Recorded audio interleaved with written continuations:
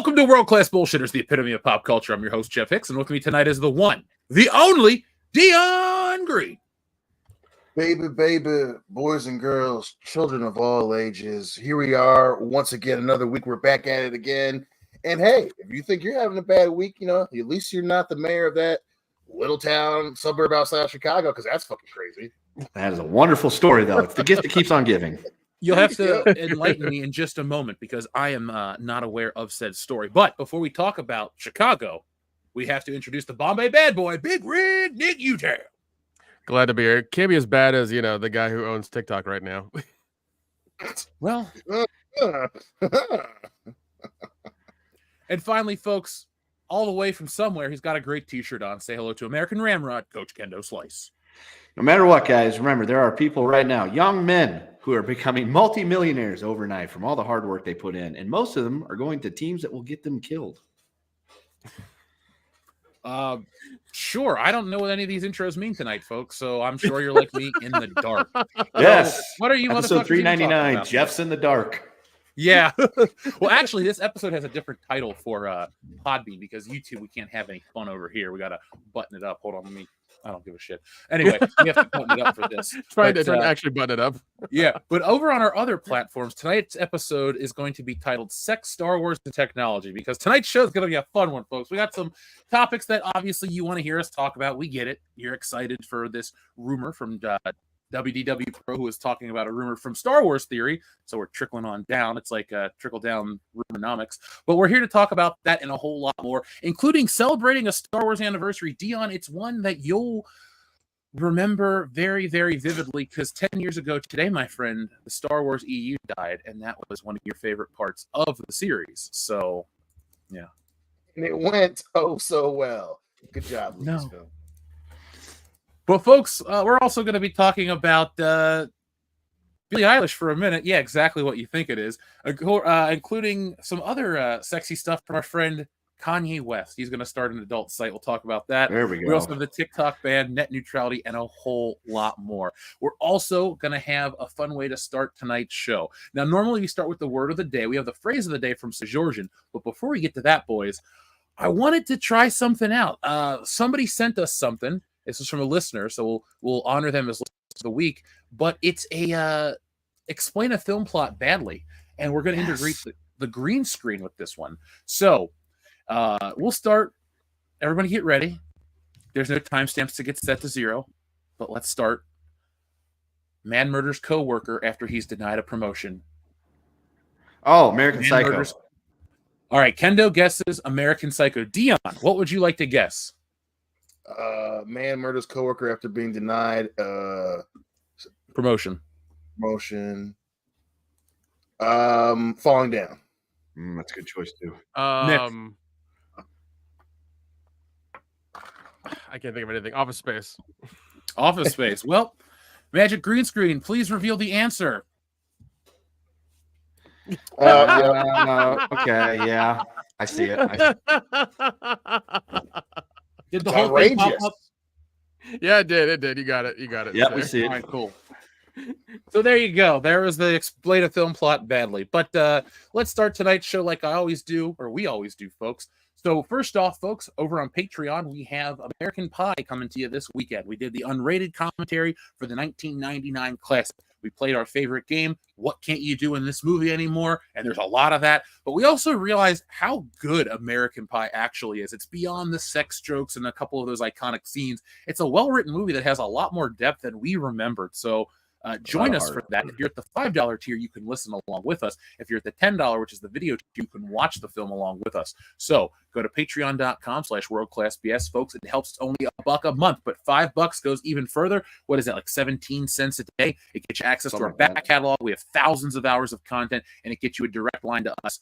None of our patrons ever ask to cash in on coming on the show or hanging out. So, folks, if you're a high-level patron, we'll do episodes dedicated to you. That has never changed. No one cashes in those chips yet. So, if you're a patron and you want to have WCPS dedicate an episode to you in a way you like it to be, well, you know what to do. But also, too, folks, we have some updates. Star Wars is coming to Japan, so we're going to be there. We're going to go to Star Wars Celebration in Japan. Tickets go on sale in a couple days, and that's all we know right now, folks. We're doing this together, but we have many plans here behind the scenes. We've been already mapping out how we're going to handle this convention, this trip, where we're going to go in the country for a whole lot more. So, folks, it's great to do stuff domestically. It's cool to go to cons. It's cool to see nature. It's cool to do all this stuff. But WCBS wants to put the world in world-class bullshitters, and we want to take you on a journey. So join us next year for that and a whole lot more. Now, boys, let's play our phrase of the week from our friend Georgian, who says, the phrase of the day is, I'm not excited, as in I'm not going to lie, after all that's happened, I'm not excited about George Lucas returning to Star Wars. Okay, so not gonna lie. Okay, so what are you not excited about? What do you guys got out tomorrow? Okay, that's a good one. Well, I mean, overall, hey, I'm pretty excited. Work's going pretty well. Landed a new deal. As far as Georgian saying, I agree, because I mean, Revenge of the Sith is good. Movie before. Yep. Let's not all. We're not Jason Bourne, so we remember stuff. You don't want me to hit you with the phone book? Right. Right in the neck. Our memory is good for at least 10 years, so there we go. Yeah. I don't know. Let's see. I'm not excited. I'm not excited about November. I'm surprised how tame people are. This. I know we're in. Just wait. I know. Coming. They're just lulling you into a sense of, you're like, oh, okay, maybe it's not going to be so bad. Everything's kind of, but give it a couple months once it starts to ramp up and everyone's summer distractions is gone and we're all just mellowing out and getting into the fall groove with August and everything. That's when the shit comes, because you can't go burn and ad money now, because then you won't have any left when it comes, punching season. So August, that's when you'll get kicked in the dick by all of it. I love. Of course, August. There's back to school. There's Labor Day. Then there's the ramp up to shit sandwich versus I don't know a diaper full of shit. Turd. Yeah. To answer the question, I'm not excited for SmackDown tomorrow. I have tickets. Yeah. It's the draft. I'm going to be there. I'm just not that excited. Draft episodes always suck. The first draft was pretty good. Yeah, okay. Yeah. Aside from the very first draft, like most of the show is just like, here's a wrestling match. Now let's go to the back and blah blah blah and this and that and here's who's getting drafted. All stuff. I will say it's probably not going to be as bad as after SmackDown split from, or not Smack, or when SmackDown went to Fox.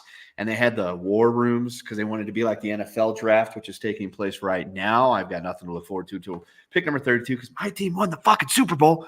And it's just like they had those like execs supposedly celebrating like Mad Men when Natalia got drafted. It's just like it's like we get what you're going for. We know the aesthetic that you want, but it doesn't work here, guys. Well, you know what? Let's talk about something that we are excited about. Is there anything you want to tell you or talk about that you're not excited about? Because I'm excited to talk about this real quick. Let's talk about Wokebusters. So, folks, I'm going to share a couple pages with you guys. So I keep telling you it's done. I have drawn it. It's been done for months on my end. I finally got the last page of color back. There's really nothing else to do on the production side. It's like, it's time to go. We're going to do this stuff on Kickstarter. Like I made all the announcements over the previous weeks about everything that's going on with all the aspects of the campaign. You can jump back to that in the stream. It was in the first couple of minutes, but I'm excited about this book. We'll talk about it more on another day. It's been a long day today, folks. So we're going to have a fun episode tonight, and I got to amp it up for Wokebusters tomorrow. I get a little more sleep. But here we are coming in hot. We're going to get ready to off our big blue creature. Then we take on to the sky to fight the creature. And then, this is my personal favorite. We're coming in. We're landing. Nick, you have terrible timing, man. I tell you that we're supposed to time this drop. We're going to land on this building. but you hold on for too long. You miss the jump, you bounce off, you're gonna die, but Kendo saves the day and grabs your ass, which is awesome. Thanks, Kendo. But then wait, hold on. Does he actually grab my ass in the book? Because I did not fucking consent want to me that. to. I know you do. Shut up, bitch. You like that stuff. We don't Folks, spoil Nick is Wolfbusters. trying to play hard to get, but if you ever see him in our chat, and you never will, just a little behind the curtain stuff, he's definitely a big hairy bear daddy that wants some love. It gets really awkward sometimes. Kendo, and I really wish we had don't give HR. away, Kendo, don't give away all my secrets or my FetLive account. All right, Because calm if down, we buddy. had HR, I would have called him multiple times by now about him. But instead, he's my friend, and I'm just like, God, I hope you find what you're looking for, bud. Here's a twist. I am HR. Fuck you. So how's the audio? Is it better now? Yeah. At that point, Okay. yes. Okay, you got to tell me when it's popping, so because I can't watch the chat. It was popping for a minute, and then we thought it came down, and then just went back up. Where I was like, oh shit, and then you just Yeah. So. Yeah, Just it was tell like me. you were broadcasting from the moon, but you're not. If it was just the four of us, I would scream into the microphone right now to be like, "Is it popping now?" But there's a lot of people listening, so I'm not going to be that guy. But anyways, Yeah, folks, Dick They That's all not just that. said you still have that goddamn John Cena button though. You don't give a shit about his Yeah. son. Well, that's the point of the fuck button. you. That's why. I'll give you that one.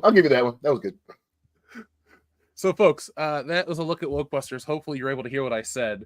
But the book is done. I'm excited to bring it to you guys. We'll be doing a big Kickstarter and doing a lot of stuff to get this book out there. I'm changing the world of comics. I'm tired of the way comics are. Independent comics are the way of the future. So, folks, get behind Wokebusters, the biggest independent graphic novel. It's going to be that good. So, be on the lookout for that in a couple of weeks. If you got any questions, let me know, folks. I'm excited to talk about Wokebusters. Boys, you've seen it all. Am I overhyping it? I think it lives up to the hype I've been talking about. What do you think? I mean, as a person who's emotionally invested, I think it meets the hype. The jokes are funny.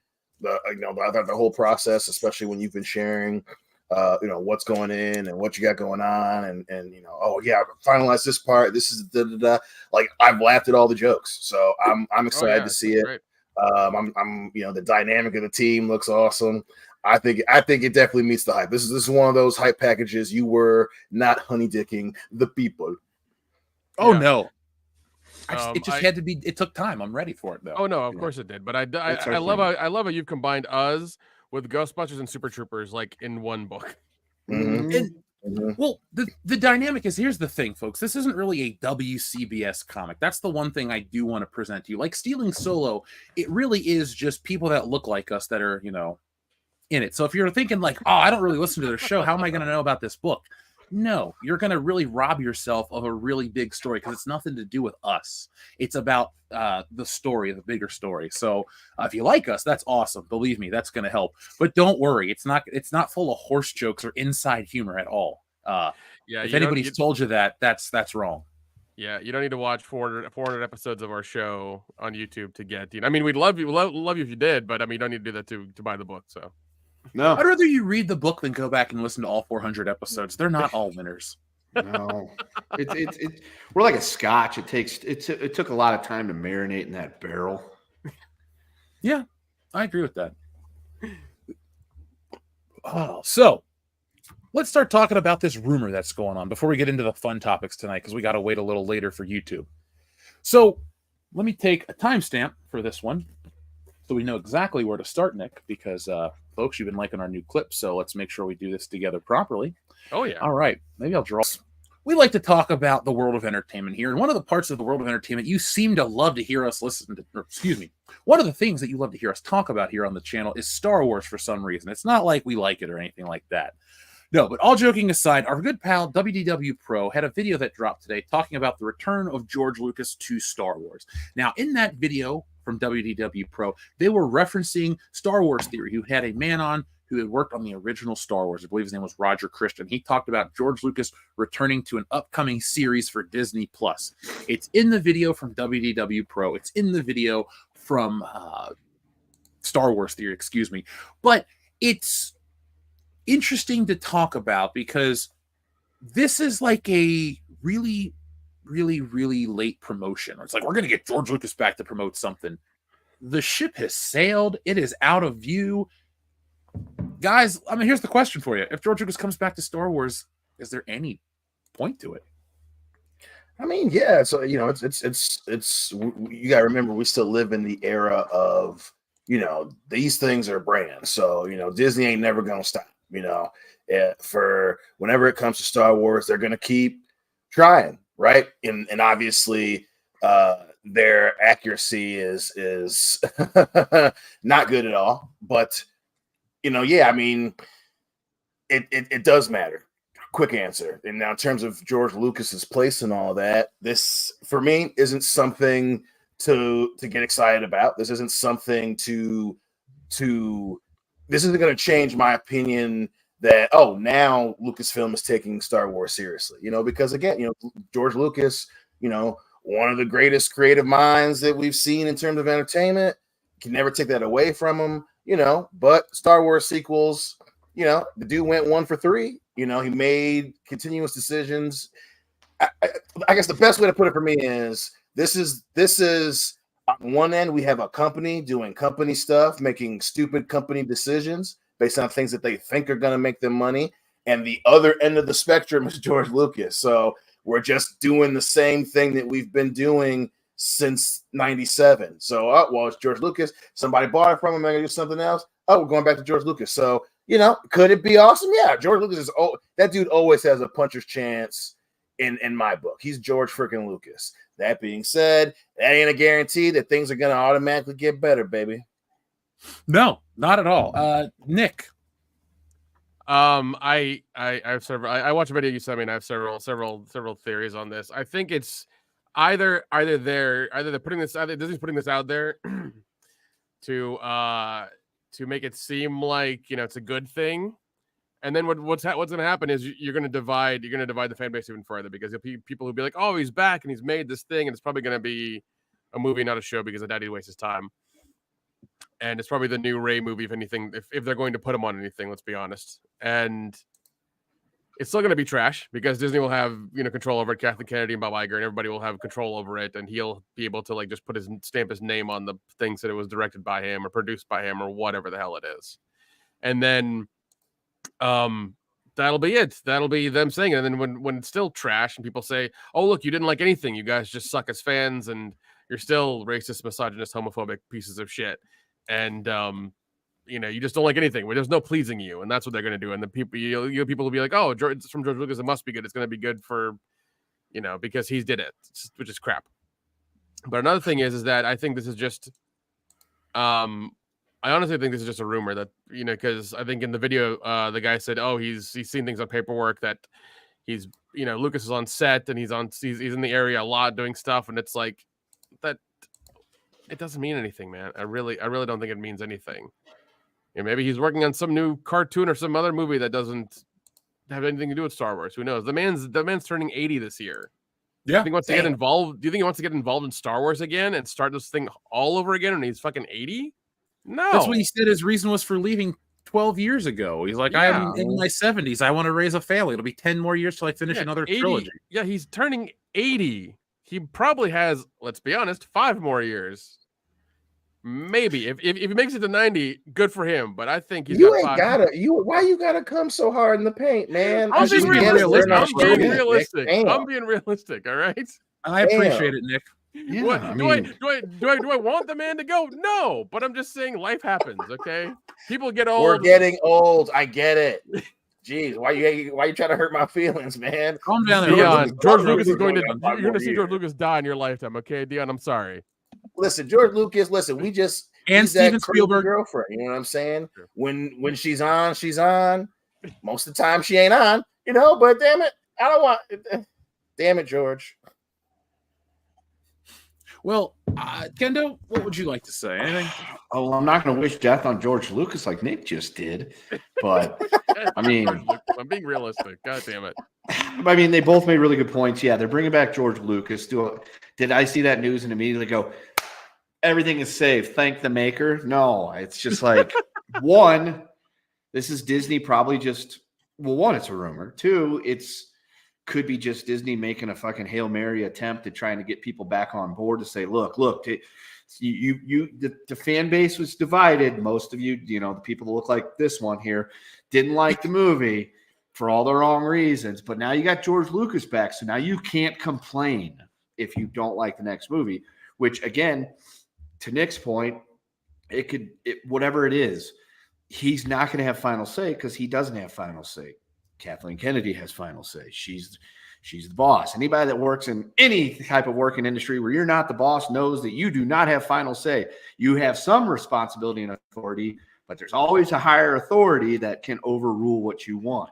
So that's where there should be some trepidation and or not exactly getting over the moon about this news, because he could be brought back to stamp his name on there as written and directed by, but it'll carry a big fucking asterisk next to it because that asterisk will be by Lucasfilm president Kathleen Kennedy as well. So, yeah, it's to get everybody back on board to say we're getting the band back together. We're going to have a big, to do, but at the same time, we've got 10 years worth of road between us and what's happened in that time, and we know every stop that we've made along that journey, and we recall very well what it was like to take that journey. So they could make it official. It could be all over every fucking news billboard tomorrow. Headline: George Lucas returns to Lucasfilm. Unless it's George Lucas takes over and is sole runner of Lucasfilm, I'm not going to get that excited. Yeah, that's fair. Same. I don't really believe this anyway, too. And like you say, if he does come back, what could he do? What could he change? What are we going to get from this anymore? It's like, it doesn't even feel like there's a stable future for everything, because they can't ever commit to a timeline for movies. They can't ever commit to any of these things. It's like, oh, we're going to get this movie. No, you're not. We're getting that movie. No, you're not. We're getting Boba Fett. No, you're not. We're getting this. It never happens. Everything gets canceled. What are like 17 to 19 different projects? Rogue Squadron was supposed to be a film, and it wasn't. Then it is. Who cares at this point? Like, you guys have to be consistent and provide us with some sort of film. So I'm going to go with this is a rumor that I don't necessarily believe is going to happen. No, I'm with you. I don't think so. I'm with you. I don't think it's going to happen. But to Kendo's point, right? Like the thing that has created all that. So all the points you guys just made, right, is because it was always Disney being a business that was half-assing it. So, to Kendo's, the end of Kendo's point, even if he is, Kathleen Kennedy's there, but all decisions go through George, guys. Even if that were the case, I'm not excited about it. Like, don't get me wrong, a person who knows Star Wars, who is Star Wars, yeah, if he were to get back in there, obviously that's above where we are right now, kind of. But again, this is a company that's has not been taking this seriously, right? They're doing the bare minimum. The bare corporate minimum has been their problem. So even if it's George Lucas, that doesn't mean that shitty decisions aren't made, like what we saw with the entire sequel trilogy, like the Great Jedi stuff, like making all these announcements and not following through on them, like hiring people who, one, don't know Star Wars, and two, don't give a shit about it. You know what I'm saying? So, again, it's a rumor. We acknowledge that, but I'm not getting excited about nothing until Disney and Lucasfilm start acting like they give a shit. Yeah.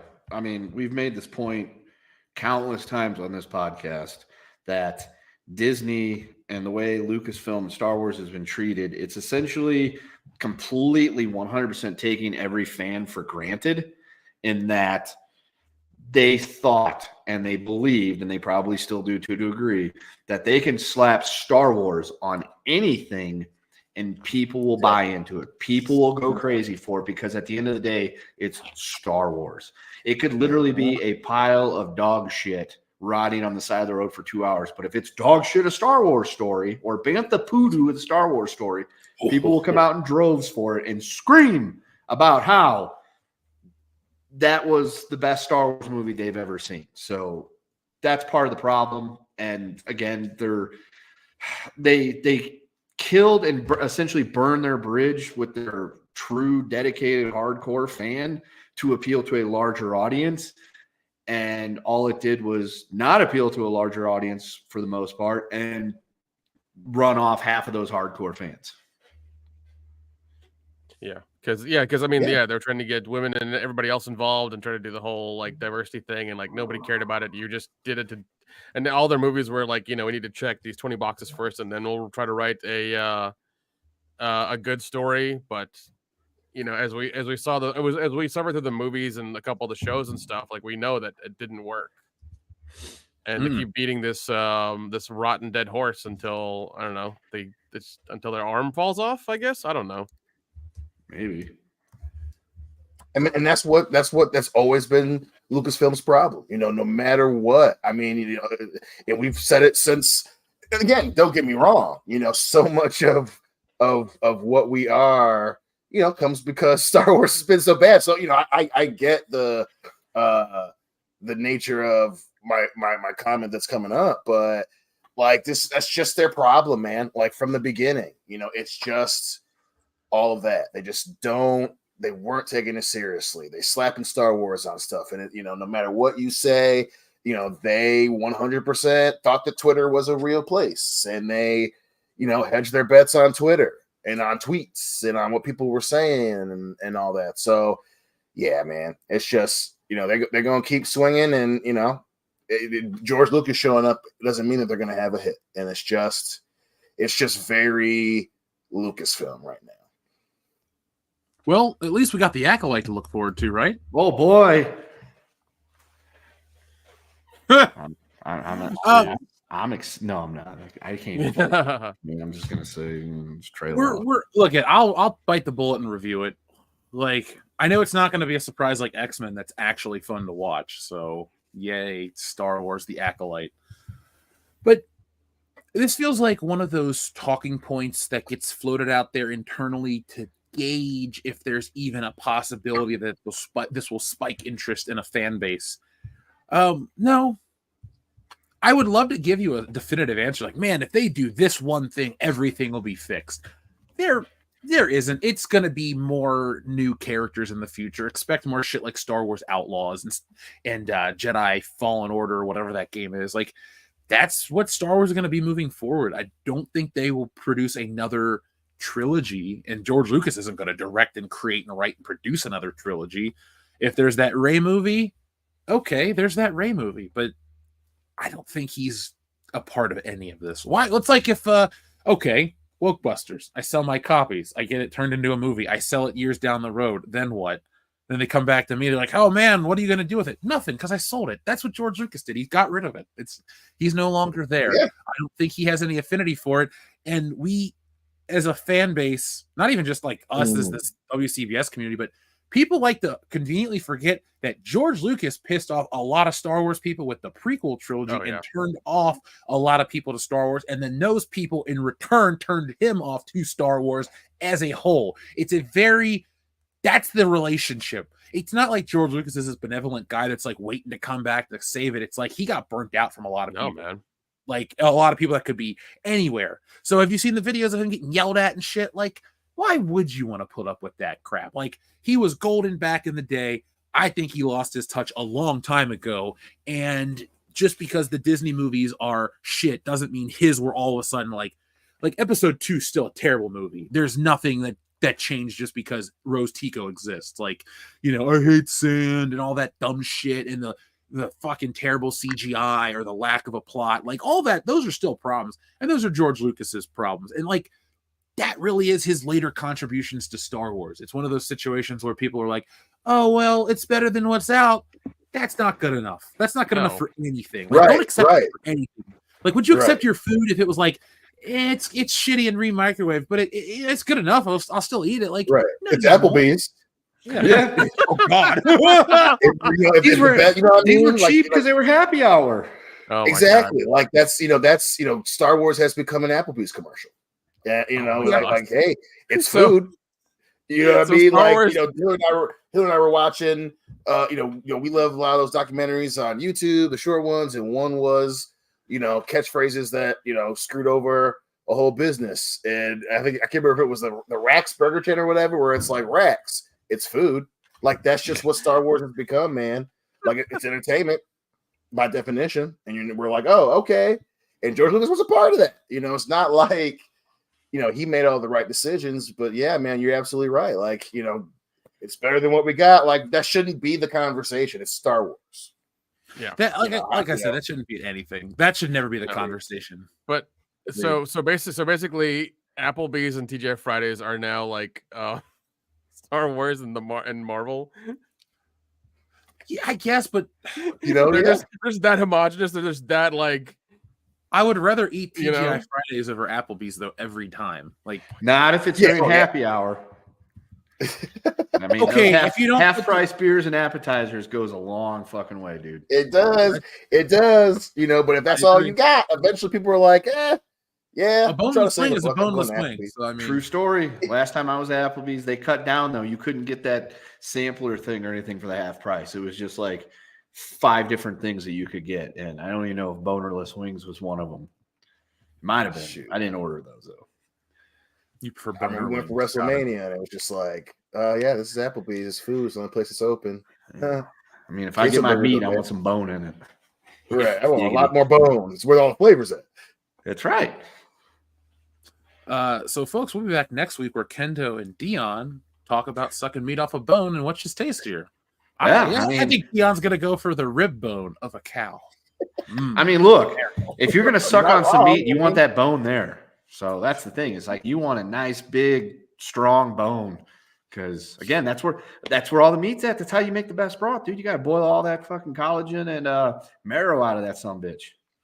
And then you take it home, you put it in some water, you got yourself a soup. Yeah, just scrape, let it cool down, scrape all the fucking grease off the top of it, and then boom, tasty. Eat it back up, and it's like concentrated beefy or chickeny or porky or whatever else you tend to eat goodness. Well, let's stop talking about food. It's not even making me hungry. It's just like we're talking about Applebee's. Ugh, what a disappointment. Oh, so anything else you want to say about this? We have another Star Wars related topic. We'll keep it rolling for everybody before we keep on moving forward. Anything else you guys want to add? Cautiously, not even optimistic, just guarded. Yeah, you can just write me out of this one. Yeah. That's all I can say. Yeah, I'm done. Yeah, I'm with you 100%. Yeah, you would think the news would be a lot more exciting, but it's not because, again, we've got the previous decade to tell us about. Yeah, okay, rumor. Even like I said, even if it wasn't news, tomorrow I wake up and I click on the news and it says George Lucas returns to Star Wars, and I look and it's like he'll be a consultant for Lucasfilm. I'm gonna be like, okay, consulting and getting absolutely nowhere because we're still gonna get some chick that's lame and gay. I walk away for a minute, and you guys talking about sucking off bones over here. Jesus Christ. That's not what we were talking about. That's what you heard. Too. Whatever, man. Put a chicken in, make her gay. Whatever. Pretty much. Play the tape back. I mean, there's no shame in Dion and I's game when it comes to knowing how to handle meat and meat products. It's all on the tips, boys. It's all on the tips. That's right. That's right. How do you handle propane and propane accessories, though? I was thinking about getting a propane grill. You should. I might. I'm a charcoal guy.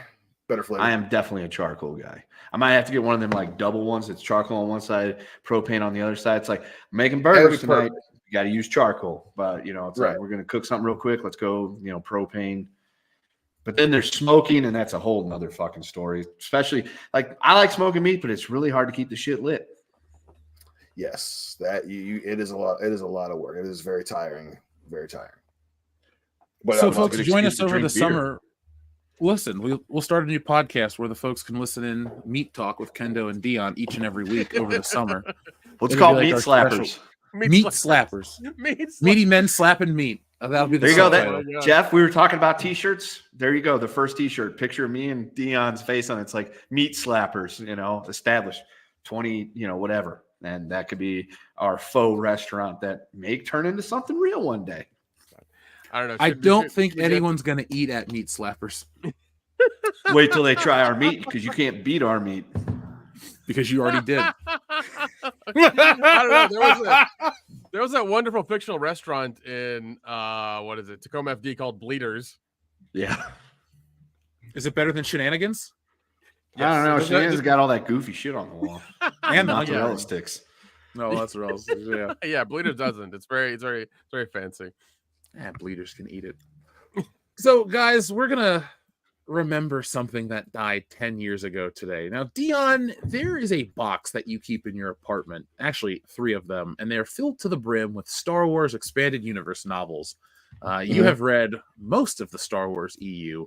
You were here at the beginning, there at the no, show just me. There at the end.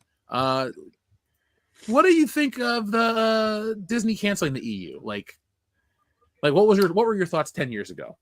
10 years ago, that this is the first mistake of many. That was 100% the first thing, one of the first things we talked about on this show. And I said it then, and obviously I stand by it now, but that was the first mistake of many. You had all the material that you needed. They, once faced with that response, doubled down, and then ended up trying to take from it anyway. So, again, that was the decisions that they made that turned them into Applebee's. So, so many great stories. Don't get me wrong, not everything was a hit. Darksaber is a weird ass book. The Black Fleet trilogy, I don't like. So it wasn't like every book that came out in the EU was great, but there were a lot of great ones in the EU. There were so many great characters, and a lot of those characters, depending on the writer, made silly decisions. But the overall product was fun. It was good. It was imaginative. That's why they're on my bookshelf right now. So, that was how I knew some shit was about to go down, and that shit been falling from the sky ever since. Sorry, I had to mute my mic because my computer sounded like it was going through a wind tunnel. I am not as well read in the EU. My EU knowledge is mostly through the books that would tell you the stories. So, like those technical journals, or the things that would be like, and then after this battle, this happened. I remember Wikipedia back in the day being one of my favorite websites. But I definitely thought this was stupid to kill it off 10 years ago. I thought there's so many people that like these books, and Star Wars was always around because it was like there were a handful of movies and a shitload of books and comics and games and soundtracks and things that people were listening to and buying. And then they ended it all. And maybe that's the linchpin, is what killed it all, is when you killed the EU, you killed that thing that connected everybody else. And now you're just, dead in the water. Well, that's what happens when you murder what's been keeping your ship afloat. When you shoot holes in your own boat, and the EU was one of the biggest reasons why Star Wars was still relevant. You had the story continue with these characters that people loved, and it was in an art form. That's important, and that was leading to games and comics and toys and even fans dressing up as characters at Star Wars Celebration. One of the reasons why Star Wars Celebration was still a relevant event was because of the EU, and Disney was just like, we want to have all the credit, and it's that was very indicative of where they are now. And hey, you cannot be surprised that you got rid of the thing that made the thing you bought worth so much. One of the biggest reasons why, and you just said, screw it, we're not going to use it. So good luck. Well said. Sorry about that. I was trying to get something queued up for the next segment. But I tell everybody this: if you're out there and you're curious about reading these novels, you don't have to give Disney your money. I know there's a way around it. Go to your local libraries, your half-price bookstores, and the like. Buy all your Star Wars EU books secondhand, because that's going to get you that Star Wars goodness, and you don't have to pay the beast if that's a thing you care about. Personally, I would rather listen to the audio dramas on YouTube because they have sound effects and music and the narration and they're acted. It's really cool to listen to the Thrawn trilogy because it makes it feel like a big Star Wars movie. So, Nick, Kendo, I know you guys aren't as diehard into it. Have you read any of these books, or did you have an opinion when they canceled it? Because you definitely had to have known about it because our audience has been talking about it for years, and rightly so. It's kind of the dumbest decision that franchise has ever made. Yeah, I read some of the books. First, also, if you are one of those lazy bastards that doesn't want to go to the used bookstore, you can still buy them on Amazon. There's always different options you can pick. Pick one that's used that you buy direct from a seller or eBay. There you go. But what I was going to say is in middle school when I got really into Star Wars, because that's when the special editions were going to come out, the Speds, I guess. And then I bought the Han Solo trilogy book thing. It had like 3 books. It was the Han Solo Adventures. I got it somewhere at Camp Kendo. Had it for 30 years. No, not 30 years. I'm not that old yet. Getting there, though. But I bought that, and I sat there and I read that thing cover to cover twice over the course of 7th grade. So, yeah, there's some EU that I've read and I've got into. My buddy's brother was like big in the Bounty Hunter saga shit and the Bounty Hunter stuff. So I'd get stuff off him every now and then and read about the bounty hunters, especially when the card game came out and they had the Dagobah, expansion that had the bounty hunters in it and things like that. So I read a lot of the EU in middle school, high school stuff, and then kind of got out of it because by then I was in college and didn't really have time for anything fun. And then I had a job and had less time for fun things after that. And but yeah, when they canceled the EU, it's just kind of like one of those things of like, why? I mean, I'm not going to purport to be the biggest EU person out there. That's Dion's job. But it's one of those things. It's like you have this treasure trove of all these wonderful things and stories and people that are willing to take things like, am I interested in Dengar? Not really, but is somebody out there going to be interested in him and want to write a whole entire saga about him that people are going to love? Sure, probably. And why would you prevent that from happening? That's the thing. It's like, and we know they don't, Disney does not actually love Star Wars, or else they would want to see this shit flourish. They just love the money that's associated with it. But that's the thing. It's like, that's where you get the really great stuff is when it's people that are invested in it that want to help take the reins and lead it into a certain direction.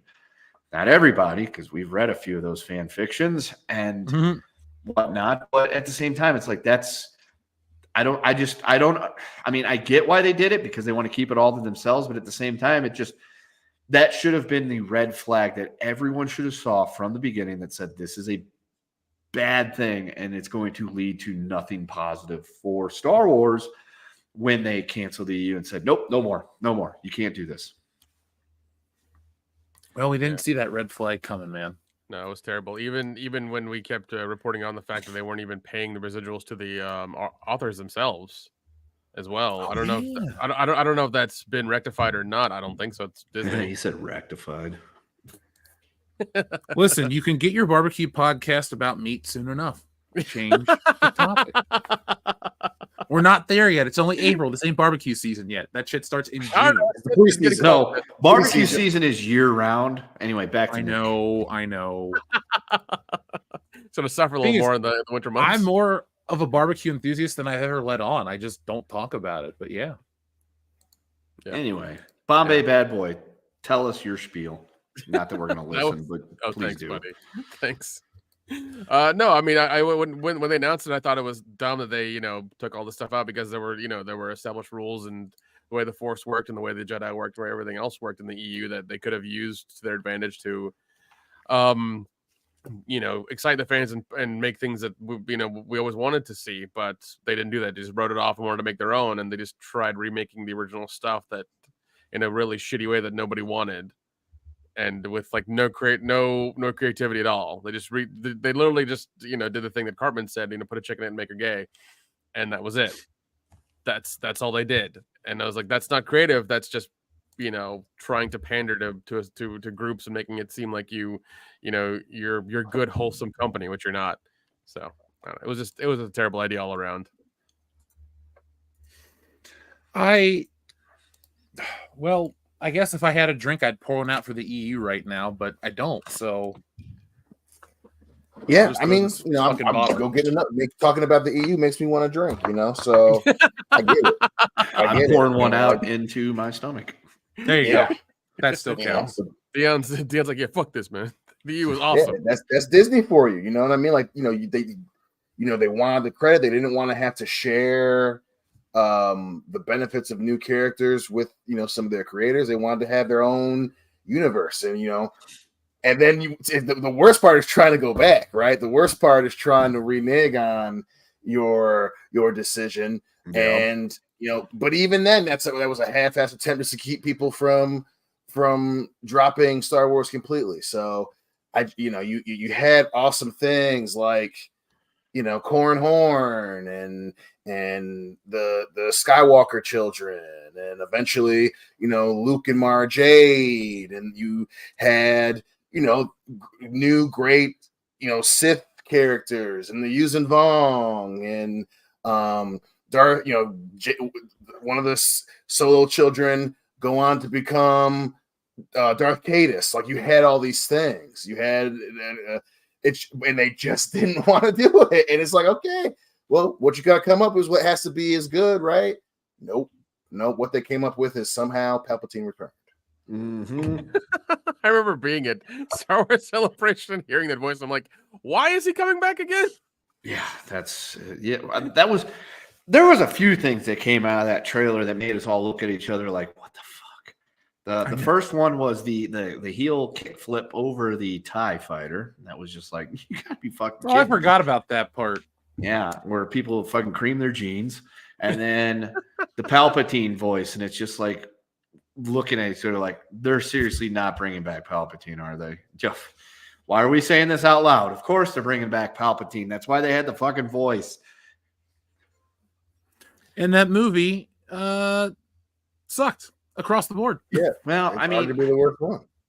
To be fair, in their defense, they did set that up with no one's ever really gone forever, except for apparently Luke and his Terminator hand.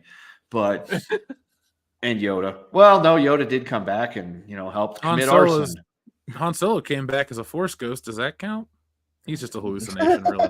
Which that was also bizarre, considering his journey with Force attuveness and denying it, and then talking about how that's not how the Force works because he's seen it. It's like somebody that's got PTSD from not the Clone Wars, the ones that came after. But at the same time, it's just like, that was your Hail Mary. And that's part of the problem with that whole fucking movie is it was essentially J.J. Abrams having a pissing contest and trying to shit all over the movie that came before it, as opposed to let's create a good story first and then take shots at the previous movie. It was more, I have to show everybody how great I am and much better I am at, you know, shitting all over other people's remake movies, even though the second that would never mind. You know what I'm saying? Fuck J.J. Abrams. No, definitely. That man cannot finish anything. No, I think he's finished his career in Hollywood, though. He's not. I doing fucking hope anymore. so, dude. No, dude. When Star Wars lampooned the shit out of him, that was so great. Mm-hmm. You know, that's well, into you know, look at it from, you know, a analytical perspective. You know, that's what happens sometimes when you get caught up in that corporate bullshit. You know, he and Lucasfilm just cobbled something together to kind of make up for the one previously while still taking shots at it and stuff. And it was so bad, it stalled his career. You know, that's what happens when you trip and fall and you pull the trigger on that shotgun where the barrel's in your mouth, you know, and that dude accidentally blew his own brains out. You know, Lucasfilm didn't stick up for him. Kathleen Kennedy didn't stick up for him, and they wanted him to do that shit. So, you know, that's what happens. That's the risk you take, man. And you know, my boy his role came up Snake Eyes. Yeah, I mean, even the Han Solo movie that was going to be done by the guys who did 21-22 Jump Street, which would have been hilarious. She nixed that whole idea, and I'm like, I was on board with it because they had those two directors and they were doing it themselves and everything. I was on board. I was like, okay, this might be interesting. This might be funny. We're gonna get a good, funny Star Wars buddy cop movie with Han and Chewie. It's gonna be great. And then like, no, we're gonna 86 everything. And Ron Howard, you come in and redo this because you're a name. Yeah, and what the hell was that movie even? It was the most milquetoast, boring early summer action picture ever. Oh, God, and I fucking hate how they were like, "Oh, your first name's Han and you're by yourself. Well, your last name will be Solo." Fuck you. Yeah. Now get in the shower with the Wookiee. Yeah, get in the shower with the Wookiee. And then that was supposed to be a backdoor to get Darth Maul back into the series. Oh yeah, I forgot about that part. Yep. Yeah. And they did what with it? He stood there, he's on a call, and he takes out his lightsaber, turns it on, and that was it. He wanted to show how badass he was over a fucking Zoom meeting. Yeah. You know, It'd be like right now if I like pulled out like a fucking sword and was like, yeah, look how fucking tough I am. It's like, dude, you're in a house alone. What are you gonna do? Gonna hack up your own shit? Probably. Like a badass though. Well, yeah, I mean, I'd look fucking cool doing it, but I'd be destroying my own things. It's like, what was the point of that? It's like, yeah, oh, cool, he got Darth Maul in it. Technically, he's still alive and in his time, part of the timeline. But at the same time, it's like, you know, show you how serious I am. I'm gonna pull out my fucking double dong lightsaber here. It's like, you're on a Zoom, dude. It's not like you can fucking shoot that thing through here. Although we learned in later movies, you could Skype call people and fucking drop stuff off in their neck of the woods. Oh yeah, I forgot about that. Yeah. Yep. Why don't we have that future? Oh wait, Yeah. it's a long time ago. Yeah, there you go. Yeah, it's in the past, but also in the never mind. Yeah, we reconciled that a long time ago, Kendo. Don't ask anymore. Just accept it and move on. I'll accept it, Yeah, but I'm not that's a going good to move on. I mean, that's another thing, man. Like that was a part of the EU that was awesome. Was Han Solo? Don't get me wrong. You know, his cousin something Saw Solo or whatever. That was kind of funny, you know. But you know, the whole that led to a whole background on where he was from Corellia, you know, and you know how the trilogy of the Corellian system was an ancient super weapon. Like it, you know, you had stuff, and the best you can come up with is, oh, you're just what's your name, Han? Oh, you're alone. Okay, you'll be Han Solo. That was fucking crazy. And I don't care what anyone says on Twitter. I don't care. You can try and defend that movie as much as you want. If you like it, cool. I don't have beef with you if you like it.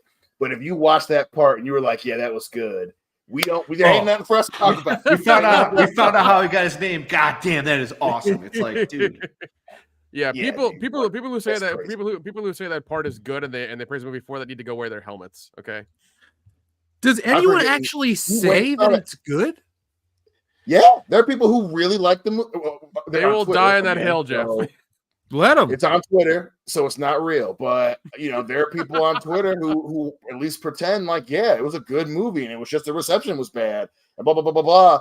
And it's like, so you're telling me that was a good movie, huh? That's what you're saying. Okay, gotcha. The bar's very low. Yeah, man, like that's wild. That's hilarious. Oh, you're alone. You're Han Solo.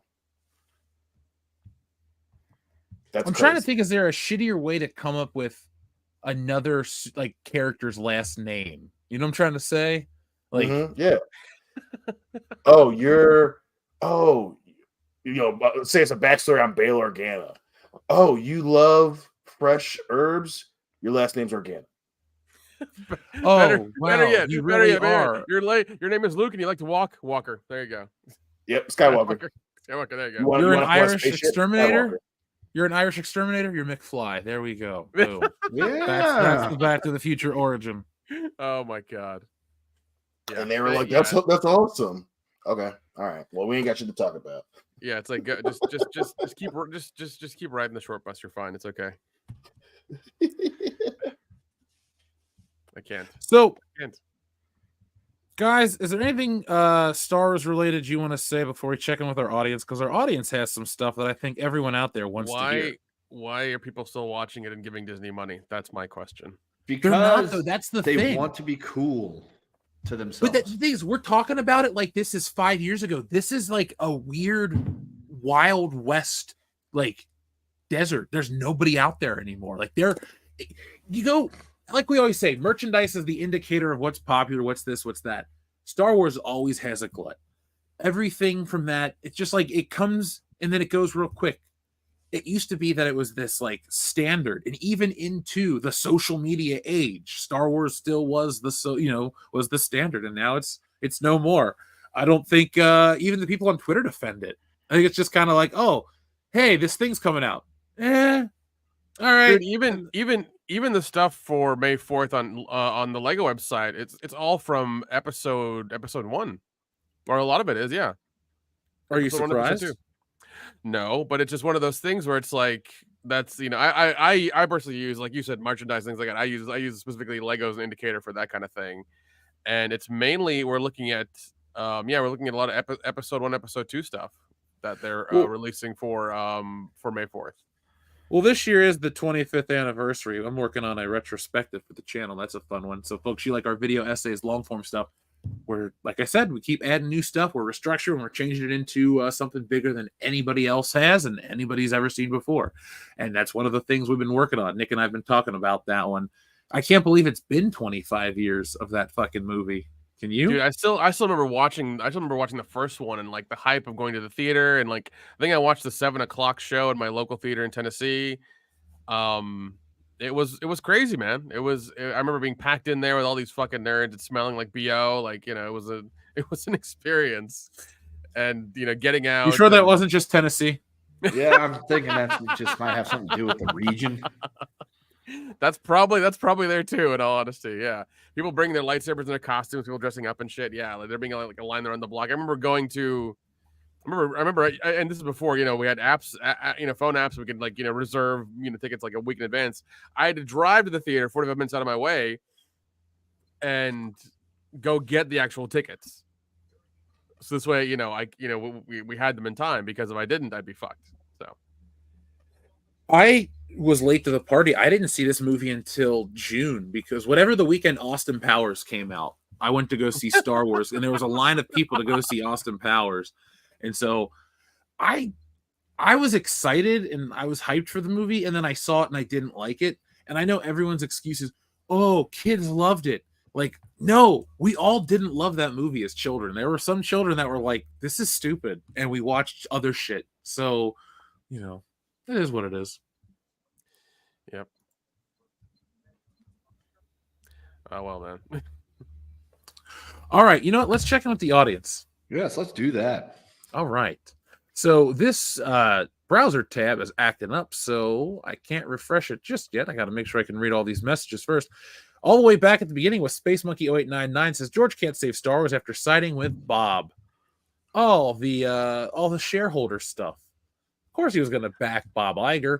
Remember, Lucas is a huge shareholder or stakeholder in the company. Why wouldn't he do that, guys? I know we like to think like George Lucas is like us, really pissed off and bitter about, episode 7, 8, and 9 or something, but I'm sure he doesn't like those movies and said everything that he meant, but he's also like, sitting on a stack of money.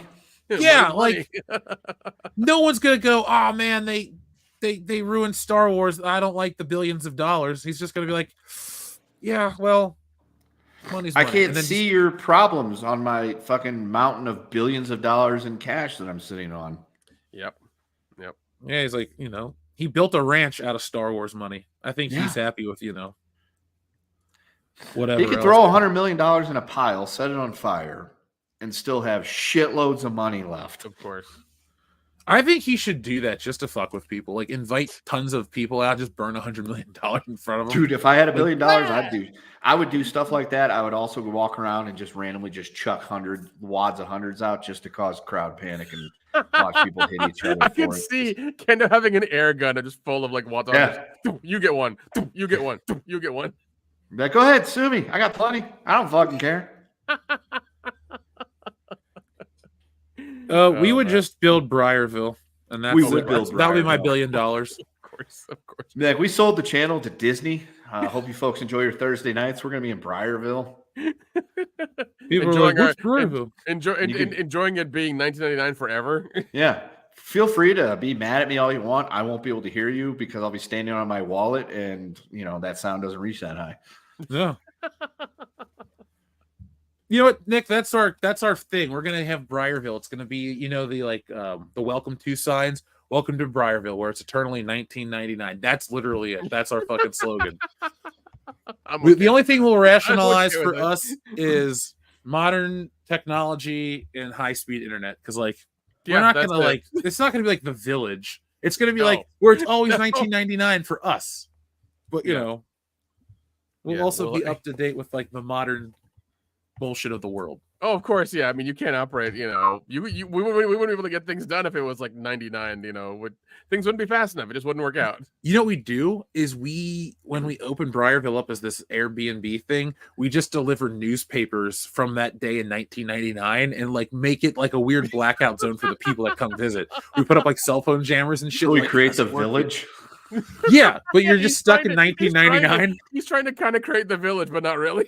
Yeah, you can't go past that boundary of woods because there's monsters in there that wear weird cloaks and have long fingernails. No, Kendo. Gen Z's on the other side of that wall. That's the problem. I mean, that would keep me from going on the other side of that wall. You know what we're gonna do? They're gonna want to come into Briarville, Nick. We just charge them triple. Yeah, of course. Be like, we only accept cash or personalized. Oh, you don't have either. Oh, then you can't get in. We should make it a cash only business. A pull pay. What is a pull pay? I don't know what that is. Yeah, what is the Kashap? I'm not sure what that means. I'm not familiar with Kashap. I'm not familiar with that app at all. Sorry, we don't accept Kashap. Nope, not at all. Ketchup. It's like ketchup but shittier. Enrique Vasquez, thank you very much for being a member for 14 months. That's a lot of months. That's Yeah, you could have had a baby and a half in that point. He did have a baby in that window of time, actually. Yeah. Congratulations, Enrique. But we talk, so it's not like I'm. Anyway, let's see what you have to say. He says, "Young kid, possibly minor, saves old man from dying." Is that Back to the Future? No, wait, no. Yeah, well, Marty is 16. Yeah, but Doc isn't in danger of dying. Yeah, he is. If he doesn't write the letter, Doc dies. Oh, the night I go back in time, you get shot. That's true. So yeah, okay, Back to the Future and Back to the Future 3. That's true. Yeah. Shot in the back for the amount of $80. Oh, he also says, "I can't wait for Wokebusters, Enrique. I can't wait to bring it to you guys." Fuck, I can't wait either. No, I've seen most of it.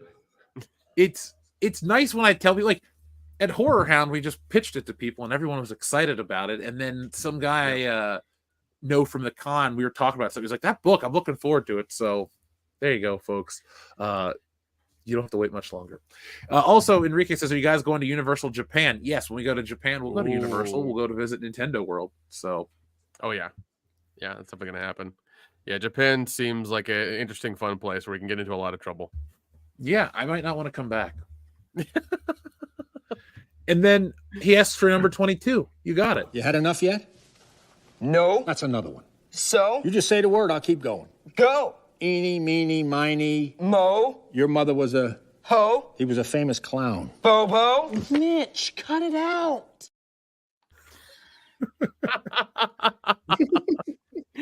Oh my God. That kid looks like Chris Klein's little brother. Oh, he does. Yeah. And if you want to hear about Chris Klein, watch the American Pie commentary that'll be coming out to Patreon probably already. This weekend it'll be this weekend. There you go. Yeah, for $10 you can watch the movie with us. Oh yeah, yes. And remember, folks, we had a wonderful time talking about it. It was great. Would you rather buy an overpriced coffee or watch us watch American Pie with you? Yeah, it's like you were in the room hanging out. Yeah. I wanted to ask you guys this yesterday, but Dion wasn't there. So obviously, American Pie normalizes the MILF. Did you know any MILFs growing up? Yes. I did. Yeah. I had friends' moms who were total MILFs. Yeah, it was wonderful. A couple of those, one or two teachers that were pretty good looking because that's out of the 80s where they didn't look so much like Sylvester Stallone anymore. Now that was a thing. But it was free OnlyFans, and apparently all the female teachers chasing around the dudes thing. So, it was the transition period. Yeah, I did have. Yeah, we did have a scandal at our school where the male typing teacher also the the baseball coach was, having relations with one of the girls. As a baseball coach, we do not condone those types of actions, nor do we stand by them. We admonish those 100%. Our friend Jack White says, Jeff, have you checked out any of the series I recommended to you yet? And a new series recommendation, Banished from the Hero's Party. I decided to live quiet life in the countryside. Well, let me get my phone in a second. Jack, I signed up for Crunchyroll. I have Crunchyroll. Kaiju 8 was on Hulu. That's what I've watched recently. I've had something I've had to take care of off camera, so that's where I've been this week. But I have Crunchyroll now, like I said, so I can access a lot of your recommendations. What I'm probably going to do is look at an episode or so of something to check out. I can't commit to watching, a full series all the time because I don't have that much time right now. But I will be accessing more stuff. And Dion and I are going to experience some new anime together just because it's this weird, wild world. So be on the lookout for that, folks. Mm-hmm. Let me go get that real quick. I'm going to grab my phone. I'll be right back. That should be fun. That'll be interesting for you guys to watch some of the stuff that he recommended. He said some of it is like very like crazy and risque and have really weird parts to it. So it should be interesting to see you guys' reactions to a lot of that stuff. Yeah. Oh yeah, I'm not surprised. I mean that Jack White's a wild motherfucker anyway, so I can only imagine what his anime, his recommendations are, let alone his search history. But yeah, no, I mean anime's fun. Anime is fun, man. A lot of that's part of it. That's why I'm excited. So they come up with some of the wildest stuff. So, it's gonna be fun. It's gonna be fun. It's because it's also gonna be fun. The nuclear war. Because some of those we may be stumbling in some wild stuff. So, it's gonna be like that box of chocolates, baby. I don't even want to see your search history after you watch some of those. The FBI will show up at my door and be like, "Do you know this man, Dion Green?" Be like, "Well, I mean, I know him, but I don't really know him." Do you really ever know anyone fully? The answer is no. Jack, thank you for your very, very generous super chat. I appreciate that. He says, I don't think how much power KK has at the moment. Not that it matters, seeing as how Iger just as woke as she is. I mean, there's that leaked video of him admitting the reason he took Disney far left is because of the J6 riot. So, which makes no sense because it doesn't make any sense. It was already going way before then. Before that. Yeah. But did he specify which January 6th? Because there's one every year. 1999. And then that kind of makes sense. January 6th. It's been going left since 2014. Yeah. I don't know. I mean, it just seems like an excuse, and they keep trying to shove it down our throats, and nobody's taking it. So, well, again, that's people like Jack have to remember, and again, that's why the woke thing is always a funny conversation. They're not doing it to like make people warm inside. That whole mindset was an apparatus to sell merchandise, and they were certain that it was going to work, and it didn't. It didn't. So, that's that's one of those things that we were talking about that Disney and Lucasfilm have been doing, across the board. A lot of studios in general have been doing it across the board. That's why that bit in South Park is so funny, because that is literally the greatest example of what it was, So, yeah, man, they thought that was going to move the needle, and it obviously didn't. No, it's just so funny how many times they trip over themselves. Mm-hmm. I don't know how much more, like, how much worse it could get for Disney in terms of like producing that type of content. Can you go any further? Like, no, do you think so? Like, I mean, yeah. I mean, can you? I mean, there are probably different combinations of things that you can do that you think is going to cause everybody on Twitter to go buy movie tickets, but they went hard in the paint across multiple franchises. So, it was, but again, it wasn't just Disney. I mean, a lot of those type of decisions is what made 20th Century Fox affordable for Disney to purchase. So, you had crazy ass lines in movies all the time. And it was, the whole idea was that, it was behind a veil of, well, we're making this decision and you can't criticize it, because if you do, That makes you a lot of isms and cysts. So that was the gamble, and it didn't work off. You know, so and it definitely wasn't just Disney, man. It definitely wasn't just Disney. And that's one reason why movie studios are in the position that they're in right now. So like you said, it just they can't stop tripping over themselves because they were certain it was going to make them money. Yeah, and I think also that a lot of the projects they've had in the pipeline for years now all kind of are in that vein, and they can't deviate. And if they're tied to stories and things they have going on now, they can't really deviate from it. So they've screwed themselves for a long time. I mean, what is it? We even heard about their park prices going up a ton this year. I mean, I doubt they're making money on that end too very much, because who's gonna pay $12 for a water? Who's gonna go? Don't they have some new like Blue Sky initiative or something that's coming to their parks where they have have like no idea what that is, and that sounds really suspect. Yeah, I wouldn't trust that one. Yeah.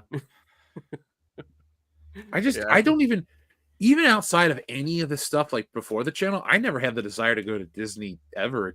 It's not. When I think I went a couple times when I was a kid, and that was it. I've been Universal ever since. Same. And I have way more fun there. Way more fun.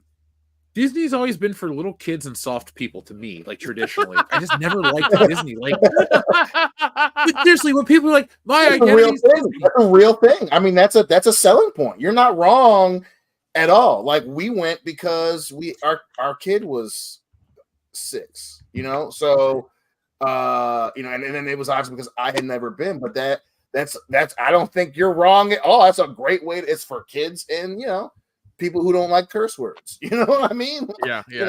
And I love how I think some people petitioned for an adults only day, or they were trying to talk about it or something, and I'm just like, there are that many fucking adults who have that much excess money that they're going to waste there. Like, come on. Well, they do. I just didn't realize there were that many adults that wanted to go to Disney. Like, I don't get the appeal of it. It's just like a subpar theme park. Oh, because yeah. Cedar Point has the rides. Disney doesn't. It's not like Disney offers this. It's like we offer the experience of what? A dude in a Mickey Mouse costume and expensive treats and long ride lines. Like, yeah. And then the fucking, what is it? The 8 apps you have to use to get into the park, to get your tickets, to get the line pass through the whole thing. It's like, no. And they keep nickel and diming you every few months on like, oh, we have this there with this, but we don't have it, but we're gonna bring it back, but these stipulations. It's like, figure your shit out. Jeez. Yeah, man. I mean, it's the power of branding. They cornered the market on a fun place for the family, and some adults, like anything else, some fools love it, man. And that's, hey, more power to you, but that's Disney for you. It's wild too that's what Vince McMahon wanted to turn the WWE into. He wanted to be the Disney of pro wrestling, and you could see that. There's just that it's a different aura when it's just made for kids and we don't show blood. It's a different place, man. And some stuff is cool there.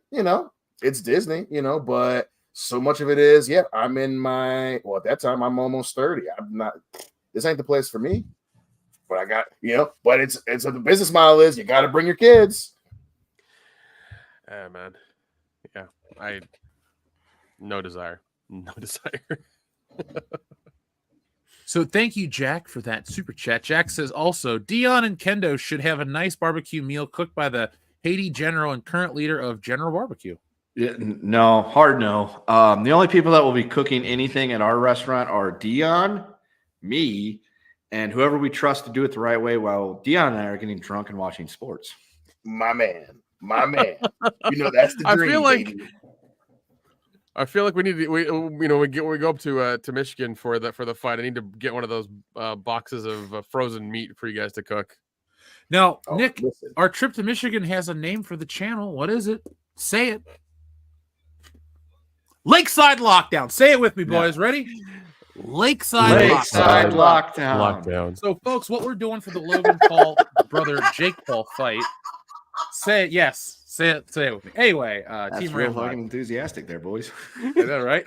Wake the fuck up, all right? We're I'm not getting sorry. drafted to the NFL. Your kids ain't getting drafted to the NFL. Yet. Yeah. Your child isn't even 2 years old. He You will don't be in a have to few worry- days. And if you're, I'm sure some of the players are as smart as your kid. But you know, God damn. I'd be willing to put my kid up against a lot of these guys getting drafted tonight. me too. Hey man, they didn't Your go kid to comes from good stuff. school to learn Oh my school, bro. god. Oh my god. No, Dion, they don't. I'm just fucking around. Anyway, yeah, we'll do all that stuff. We'll get Nick. You can bring your Omaha Steaks. Maybe we'll get a sponsorship from Omaha Steaks for that, Yeah. and we'll cook up a commercial while we're up there. Listen. I'll bring my camera equipment. We can make a commercial real quick. It won't take long. Oh, yeah. And I'll tell you guys off air, there's a good chance I'm flying solo this summer. So, Oh, okay. It just got better. Listeners, nothing bad. Nothing bad. This is staying on. Don't worry. There's been some plans that may have changed in regard to who's working this summer and who's not. So don't, unless, you know, you got some like hot cousins or something that are like, 30 without kids. That's the number one rule. Rebels 08, thank you very much. Oh my He God. says Hot Toys canceled Ezra's Flash figure from Justice League. I did see that. I actually posted about that on Twitter. Multiple reasons why you'd cancel it. 1, he's a nut bar. 2, nobody cares. 3, it's a Snyder movie. And 4, these companies like money. I feel And like 5, number 1 covers everything. yeah, he's a nut bar. That dude, people want to say, don't make Vince McMahon toys anymore. Fine. People want to say, don't make Chris Benoit toys. Fine. I say, don't make Ezra Miller toys either. And now that we're in that world, I'm happy. I feel like we've reached that equilibrium. Can somebody out there who's like, who makes figures, things like that, make us 4 copies of a coked out Vince McMahon, please? Dude, the thing I is, want they that have action figure. buddy, they have Vince toys from Mattel. We can, if you want to just order one, just order one. It's not that old. Like, Yeah, but he No, has I want someone somebody- Several I action want- figures in the line. I want He's somebody got to a make it. WWF Wings Eagle belt, a line of Coke, and his fucking shirt is all torn open. That's the And one I the want. And jacket- the back of his pants are brown. Somebody can make us that figure and send an email to WCBS. I'll pay for it. Just make us 4 of them. It's fine. I know. Do you really want this? Because if you want custom toys, I'm friends with all the toy guys. Our toy videos are hugely popular Yeah. with the toy people. I Everyone's was like, gonna say, I can get you hooked up Sure. with that guy. We no all have a problem. direct line to somebody that makes custom. Let's do it, toys. man. Let's get it done. I'll Let's get it done, 'cause call. I think- I'll I ask think- Articulated Chad because he knows all the toy guys behind the Oh scenes. yeah, dude. Let's get 4 of them made, so there'll only be 4 in the world, and we'll just have them. It's fine. What we do is we'll eventually we'll have our own action figure line, not of us, just something we create. And, Oh, of course. maybe we'll call it Valverse to produce them because they make the best stuff out there. So check out Bobby's Toys. But here's a button that you requested in honor of the Ezra Miller canceling of the action figure. We have to make sure we clarify that. Ludicrous Speed. Ludicrous speed! Go!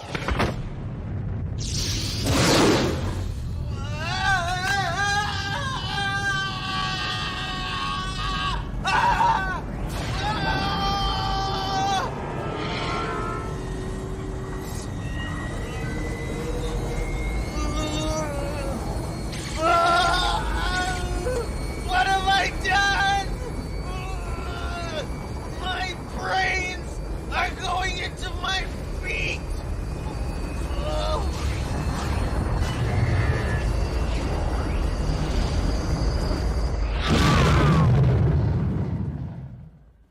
What the hell was that? Spaceball 1. They've gone to plaid. Yep, that's what happens when you reach 99.99996% light speed. And here's the other button. Dion, I'm sorry in advance, but the audience just has no chill tonight. I tried. I apologize. Oh, is it delayed again? Oh, I'm intentionally making you. Did you see that guy accidentally hit that moose? I'm just talking about the.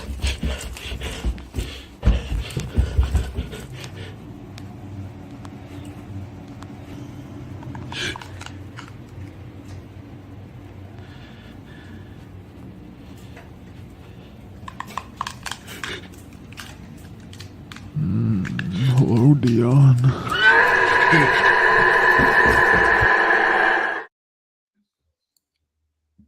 Thank you, Shrebbles away. Mean and unnecessary to my business partner in the meat slapping industry. Good times, good times.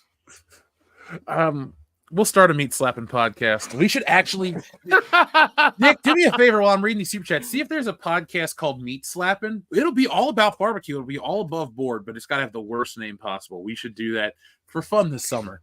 Maybe we can get some really fun, man. I was gonna say, see if meatslappers.com is available, but I feel like that one's probably taken. Hold on, give me a second. I don't want to find out. Like, I have a reputation to uphold. My wallet includes other things. Fine, I'll take the hit. It's okay. Yeah, go see if it's available. Make sure your VPN's on. It never is. Come and find me. Jack White, thank you for your super chat. Jack says, women like Kathleen Kennedy just proved what Rush Limbaugh right when he said feminism was created to allow unattractive women to access the mainstream. I don't agree with Rush Limbaugh. Yeah, we're not a big fan of hypocritical drug addicts. Oh, God, that was harsh, but true. I've been watching Dark Side of the 90s, and he had his own episode, and I was like, wow, I forgot about him and half the shit he said. And then I watched the one on Howard Stern and Opie and Anthony. I forgot what chuckleheads Opie and Anthony were. That was like a terrible radio show. Listening back to it, it's just not funny. It's not even like offensive. No. It's just, I'm like, why are people laughing? This is like, Jim Norton's cool, but yeah. It's a weird, like the 90s, man, crazy time. Like especially Opie and Anthony, like there was that small window where they were pretty funny, and then you find out that dude is crazy. So yeah, man, 90s are a weird time. 90s are definitely a weird time. I remember my dad used to listen to Rush Limbaugh. I went to school, and I would always be like, Rush Limbaugh. He's like, I just like hearing the crazy shit that he says. That explains a lot, Dion. No, I'm not just saying. It's like that makes sense though, because I've listened to a lot of like shit out of morbid curiosity, right, over the years. But then I did find my favorite radio program, Coast to Coast AM. You ever listen to that one on all the conspiracies and all that shit? I love that show. It is entertainment. I don't think of it as a news program, but it is awesome to listen to. No, definitely don't take it that way. But yeah, the 90s was like the heyday for those morning drive shows and everything because there were so many of them. I know, like in St. Louis, Bob and Tom was really popular, but then there was like up here in Michigan too. Yeah, then there was a local morning show that caused Bob and Tom to essentially lose their contract in St. Louis with syndication because it was just so much more popular. But yeah, what was it called? It's still going too. It was Woody and Rizzuto, and Woody. I know them. Woody moved to California, so he's got the Woody show, and Rizzuto stayed in St. Louis, so he's got the Rizzuto show. So here you go. Still going strong. By the way, meatslappers.com is available. Is it a penny? Yeah, it is. Do you want to go ahead and buy it, dude? That might not be the worst. Okay, are you guys going to commit to this podcast? Are you going to commit? I will, dude. I have zero problems, dude. You should have seen the meat that I slapped tonight because I got home. Wait, absolutely. Big, I did beautiful meat. I'll even get it right now to show you how beautiful I cooked this one in broil. Do you want to make it an ASMR barbecue podcast where it's really uncomfortable for people to listen to? Oh no, that's easiest shit to do. We want to listen to it. ASMR. Yeah, we want to be entertaining as shit, being like, so this is the correct way to cook a steak. This is the best way to barbecue some sausages. Listen, man, and freaking, this April is preseason for barbecuing around here too. And I did some rib 2 weeks ago. Everybody was like, "Yo, these are awesome." Man. So that'd be fun. That'd be fun. All right. So there you go, folks. Coming eventually. Meat Slappers with Dion and me. Please let's coming and Meat Slappers in the same phrase. That's weird. Don't do that. What? Why are you so uncomfortable right now, Nick? Yeah, Meat Slappers. He's hungry. It's a delicious smoked meat podcast. Yeah, dude. I mean, a smoked meat podcast. Is that how it's going to be described? Yeah. Don't slap your meat. Don't slap your meat till you've seen us slap our meat. Meat slappers. You slap it just enough, it's extra tasty. This idea is gold. It's fucking gold. Yeah, dude. Look it, you guys. And we need to record the invent. first Dion and I episode. have to invent a sandwich called the meat curtain sandwich. The meat curtain. Oh my Yeah, god. I would eat the meat curtain. Yeah, Oh my god. yeah. We're not. No, we'll do that for the show. What we're gonna do though, we gotta have Meat Slappers sponsored by fictional restaurants, and we sell T-shirts of the fictional sponsors. Yeah. That way, people can be like, "Yo, I love Meat Slappers," and you know, Joe's Meat Market, we beat it, you eat it. That kind of a shirt, something like that. So, folks, we're gonna create a WCBS universe where it's not gonna be called the WCBS universe, but it's gonna be all of these different avenues. Join If us. it's still moving, start chewing. There you go. What was in your camera, Kendo? Oh my god, Cat. I love it. TLJ Screwjob, thank you very much for your generous super chat. TLJ Screwjob says, people genuinely liking Disney Star Wars shit. Saw on Twitter someone mentioned the horses on a Star Destroyer hull. Unironically, was a reply after 6 years. You're still on about that? The reply defended the horse scene. Dion, you do not like horse scenes. Tell me why the horse scene in The Rise of Skywalker is absolute shit. One, it's literally just sloppily thrown in the middle of an action scene. The scene overall is they're on the exterior of a ship that like is in the lower atmosphere or whatever, and it's supposed to be like the valiant, heroic comeback of the heroes that Star Wars has made a staple in film. And it's literally them on the outside of this spaceship on these horses riding because I can't get past the guns or whatever, and they're riding past the guns on this spaceship, and it's just ridiculous. It's so stupid, so stupid.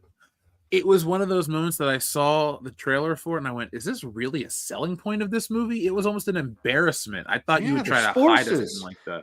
It's like, who doesn't want to watch a space epic and have people charging on horseback on the wing of a Star Destroyer that's made of metal and probably isn't really good for horse hooves?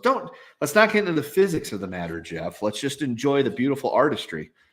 But it wasn't beautiful, Kendo. It was just a bunch of CGI where at the last minute, and this is public knowledge thanks to Script Doctor talking about it on the podcast and other places too, they had to run to every production house in Hollywood and offer them an exorbitant amount of money to get that movie done at the last minute. That shit was done 48 hours before it hit theaters.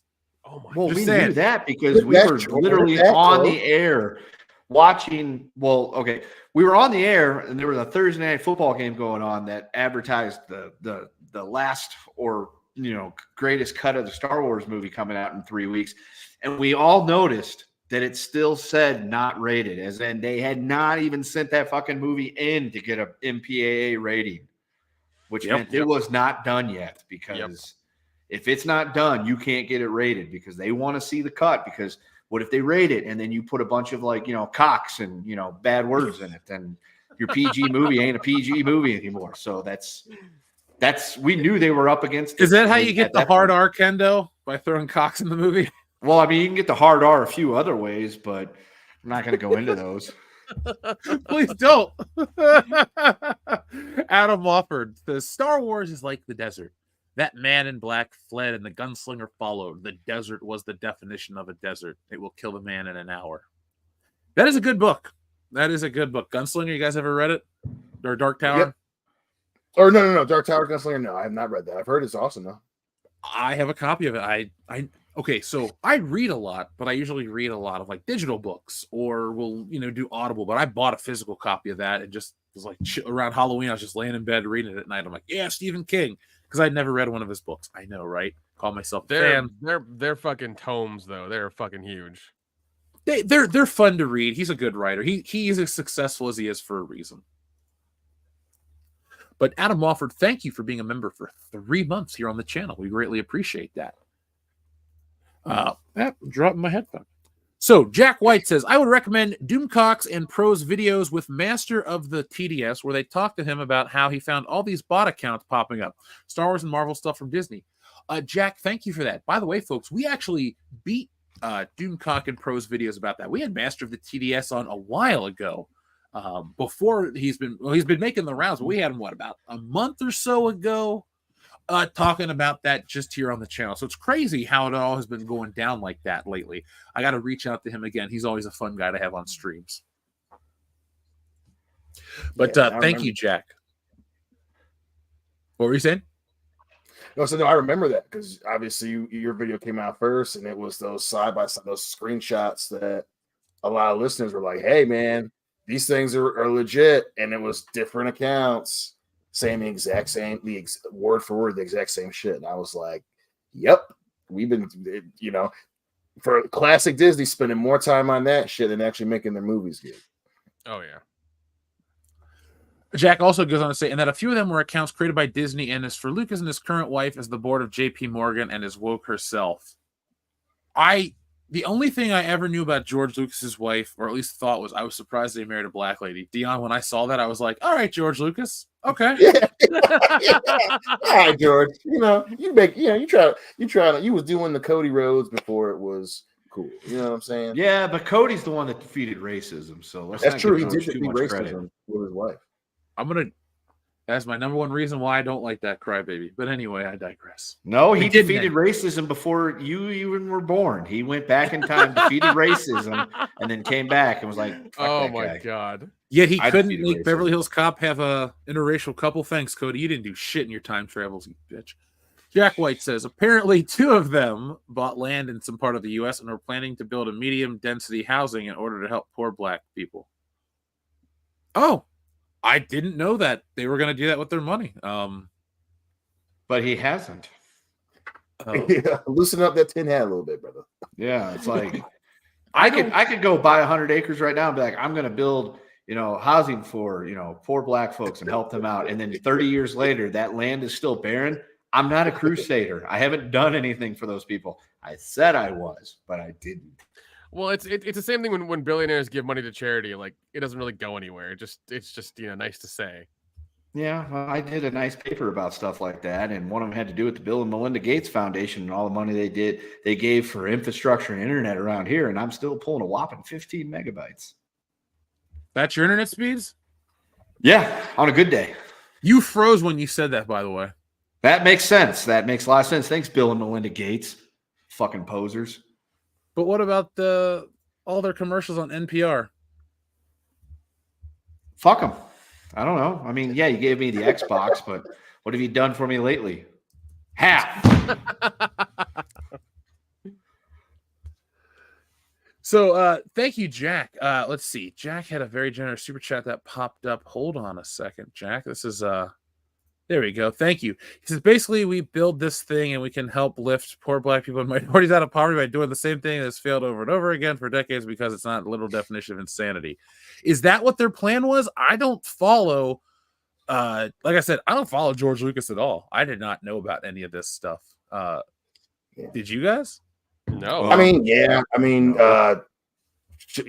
someone, if they're on the board of JP Morgan, they're not woke.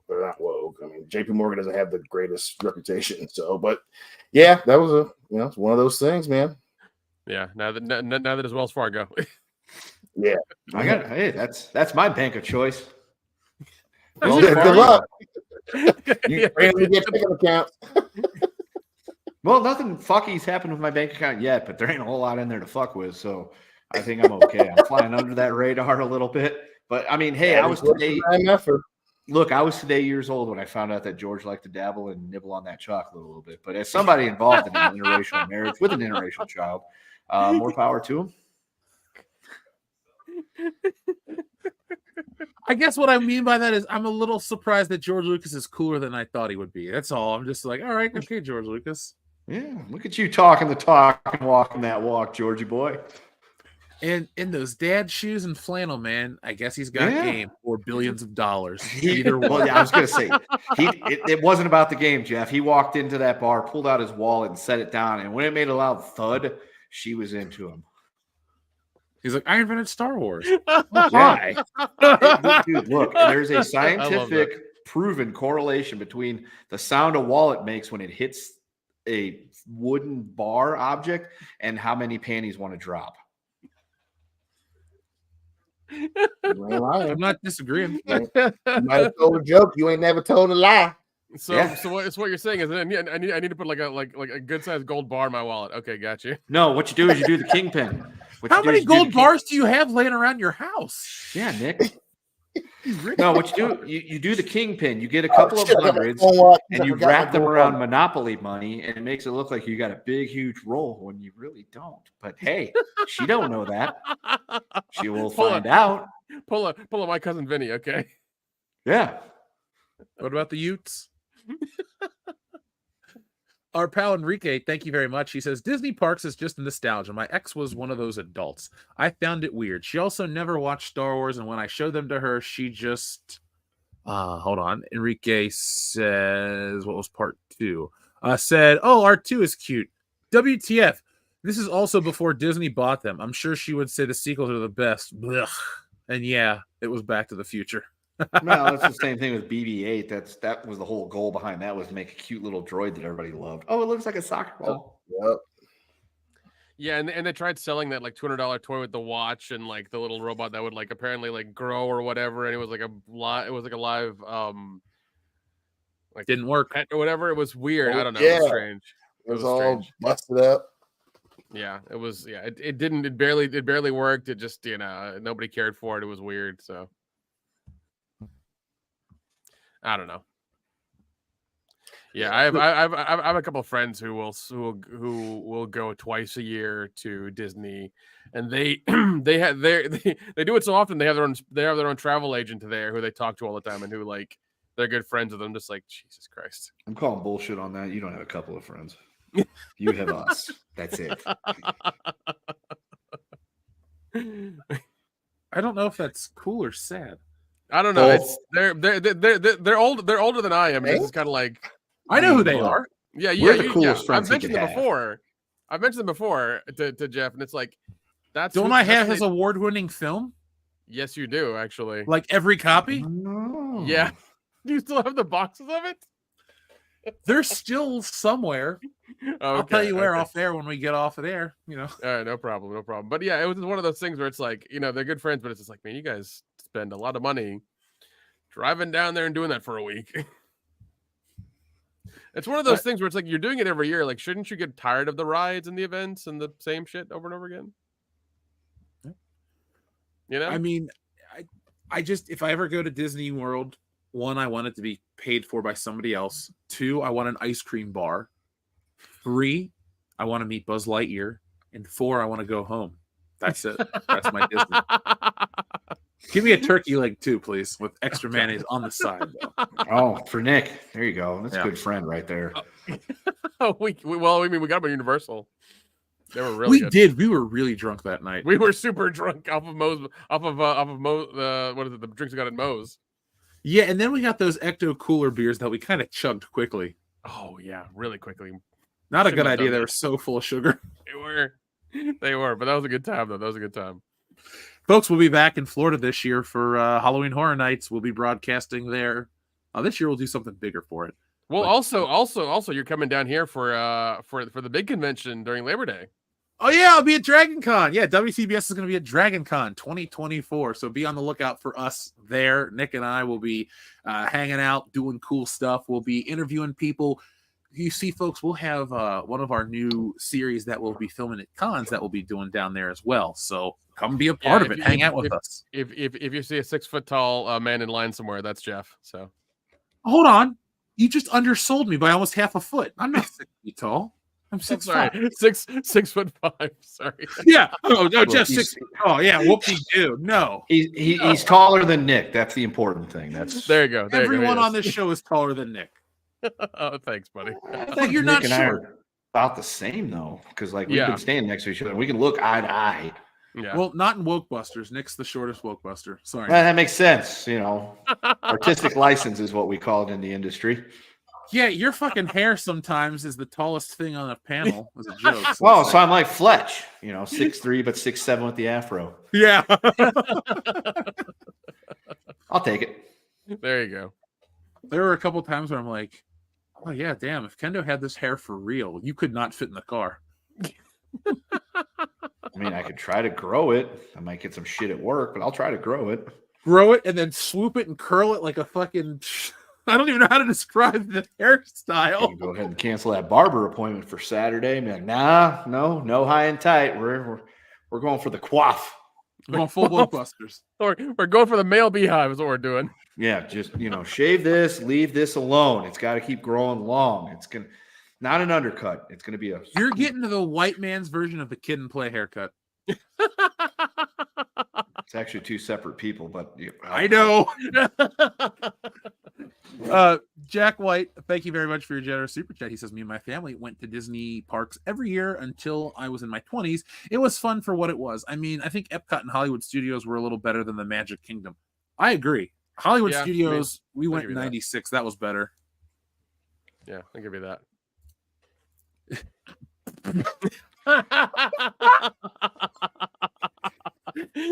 Kendo Slice with the $2 super chat. Happy second birthday to baby OJ. Thank you, Kendo Slice. I mean, look, I know I made it big time when people are copying me in the chat and wishing my kid a happy birthday. That's awesome. Good on that guy, wherever you are. I love Clearly it. a fan. So, folks, we're going to read more of the super chats. Keep sending them in. We just want to give you guys more of a show. So for all those people out there, thank you very much. Hit that thumbs up button to let YouTube know you enjoy this content. YouTube has been changing some of their policies, so we're fighting back harder than ever. So help us do that quicker by hitting that thumbs up and sharing. Let the algorithm know that you enjoy WCBS content and follow us everywhere we go. So, guys, now it's time to take a turn into the funny, if you will, because this week, like we said, our episode should be titled on other platforms, Sex, Star Wars, and Technology. And so now it's time for the lascivious part of tonight's show.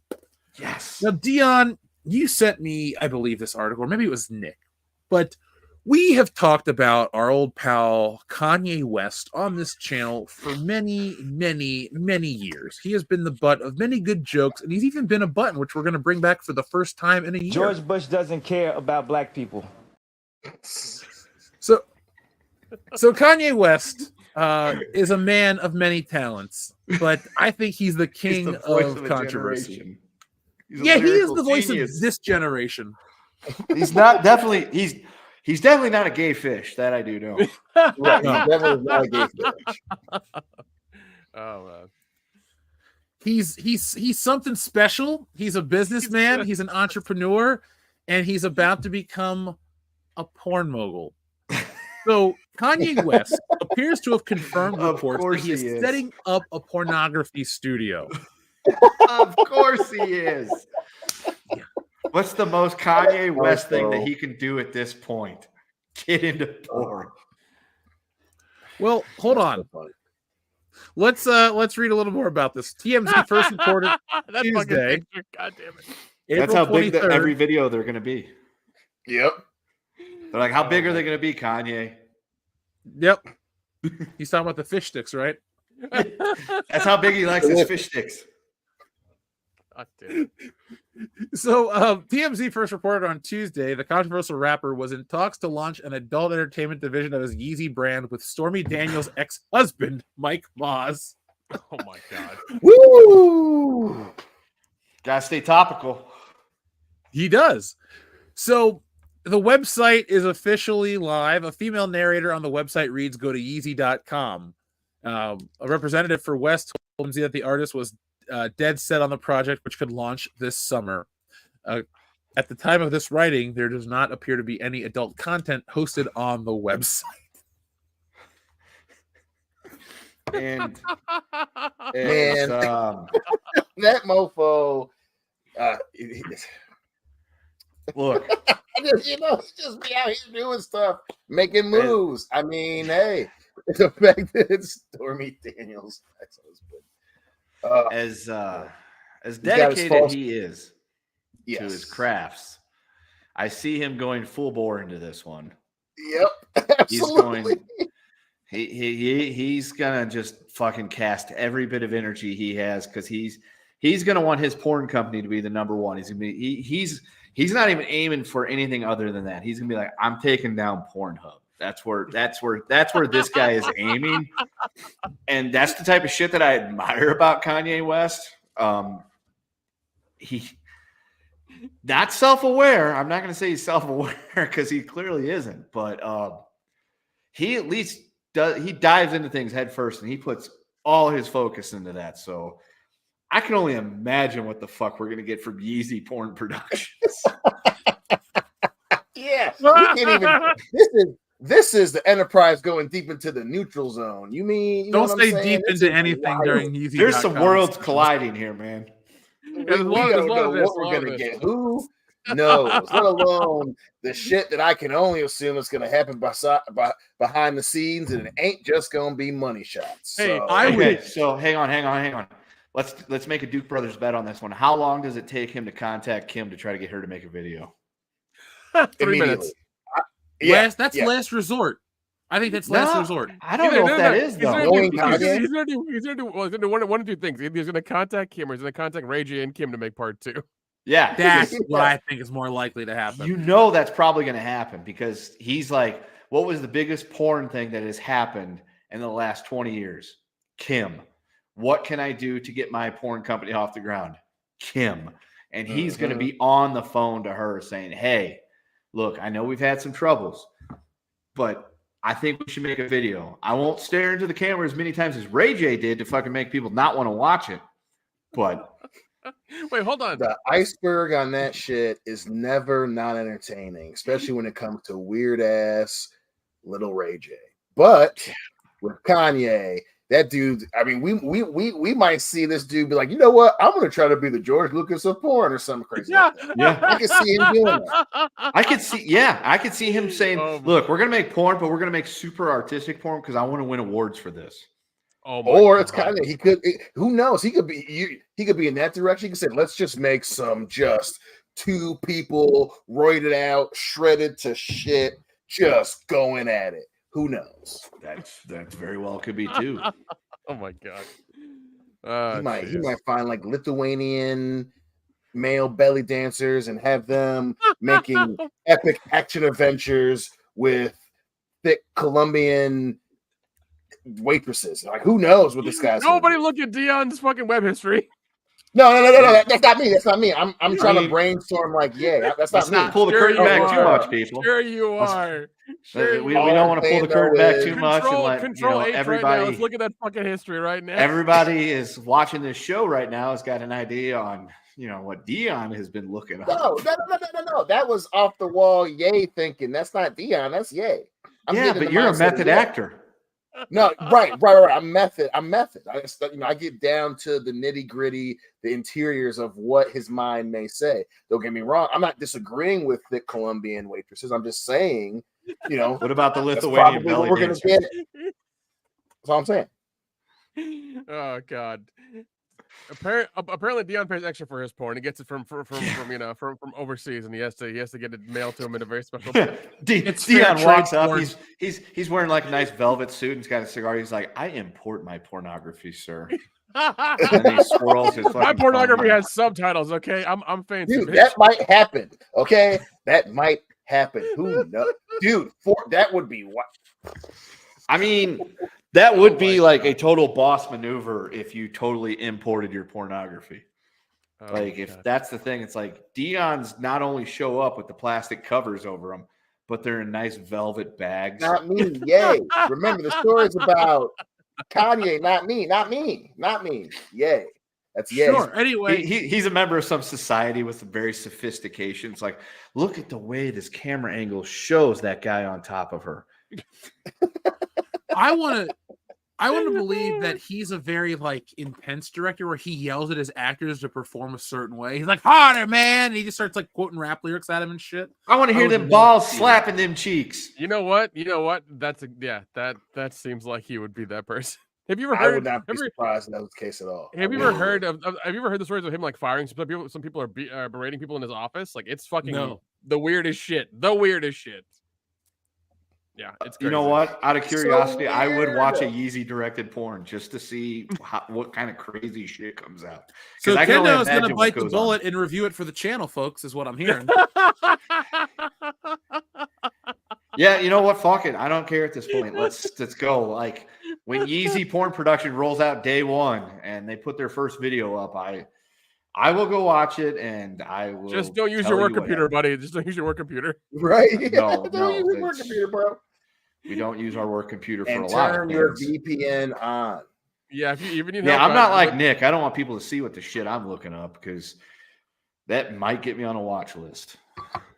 Look at me. I'm already on several watch lists. Let's be honest. Yeah, I mean, I'm one of the people that was disappointed when Rotten.com went down. Oh God. I didn't realize it was down. I just Yeah, it's been stopped gone for a going while. there. It's a shame. It's a shame because there were some decent things you could find there, and it wasn't all just pictures of dead people. Yeah. Yeah, I saw. I don't even want to talk about what I've seen. Yeah, let's see. Anyway, I I believe had he would get Lisa out of retirement. 100%. I think you got something, Mr. Ninja Julian. He might 100% give her just enough zeros to get back into it, especially because she was all mad. She got kicked out of a Matt Rife show. Yeah, I thought that was a publicity stunt, but then I saw her Wait, like, yeah, she was. what she was happened? getting- Oh, Dion, please take the reins on this. Yeah, so Yeah, apparently that's she was all at you. I thought the publicity stunt too, but so she did, Matt Rife is, new comedian dude from like Ohio or something. And, he's kind of getting popular pretty quickly, especially amongst the ladies out there. Good looking white dude. And she went to go see him. And according to her, security saw her using her phone or something, and they kicked her out. But then the rumor was that it was a publicity stunt that either he had agreed to, or maybe she just did it to get kicked out so she could put it on like her Instagram and stuff. Because now she does radio shows, and now she makes like sports betting podcasts and stuff. So yeah, man, it was weird. She talked about it, posted about it multiple times on her Instagram. I don't follow her. Sorry. If he gets Christy Canyon out of retirement, I'll be interested. I won't. I've listened to her radio show. I've seen her. I'm good. Yeah, I'm not. I don't listen to her.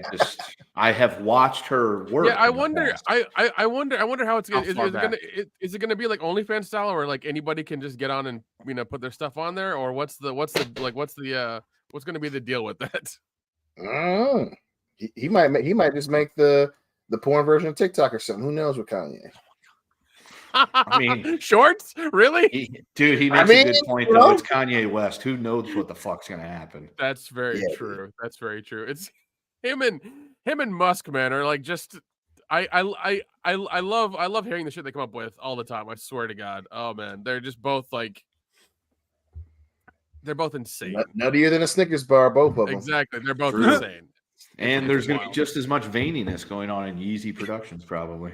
He gonna do slow motion. He might do. He's gonna. I think he's gonna go for the super artistic approach for a lot of his stuff, but I think he's also gonna get some of the really just fucked up things going on too. Like bullet time cum shots. Yeah, I mean, dude, I can see that. He just brings his face back. Yeah, I got Nick. Oh my God. Oh God. You could play the tape back. I thought of that. I was like, ooh, this is gonna be weird to say out loud. Yeah. Oh man. Yeah, I'm not What are we surprised. doing? Look, folks, we'll let you know more about this later. We just thought this was too weird and too funny not to bring up here on the show. So Yeah, join us each and every week for weird shit too. Yeah, I heard this and I was like, no, and Jeff was like, oh, we talk about things this week. I was like, we need to talk about this. This has to happen. Dude, that's fair. 100% fair.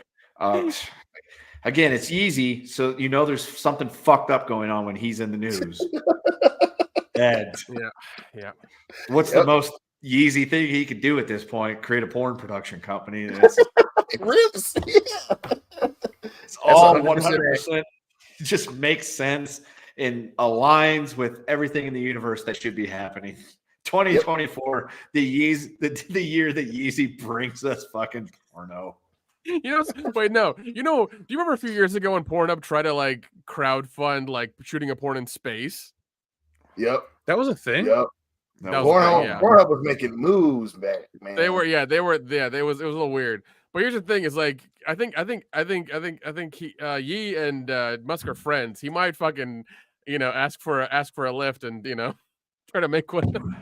I mean, zero gravity porn would be interesting because, I mean, who hasn't watched videos about the astronauts and thought, do they fuck up there and how could that happen?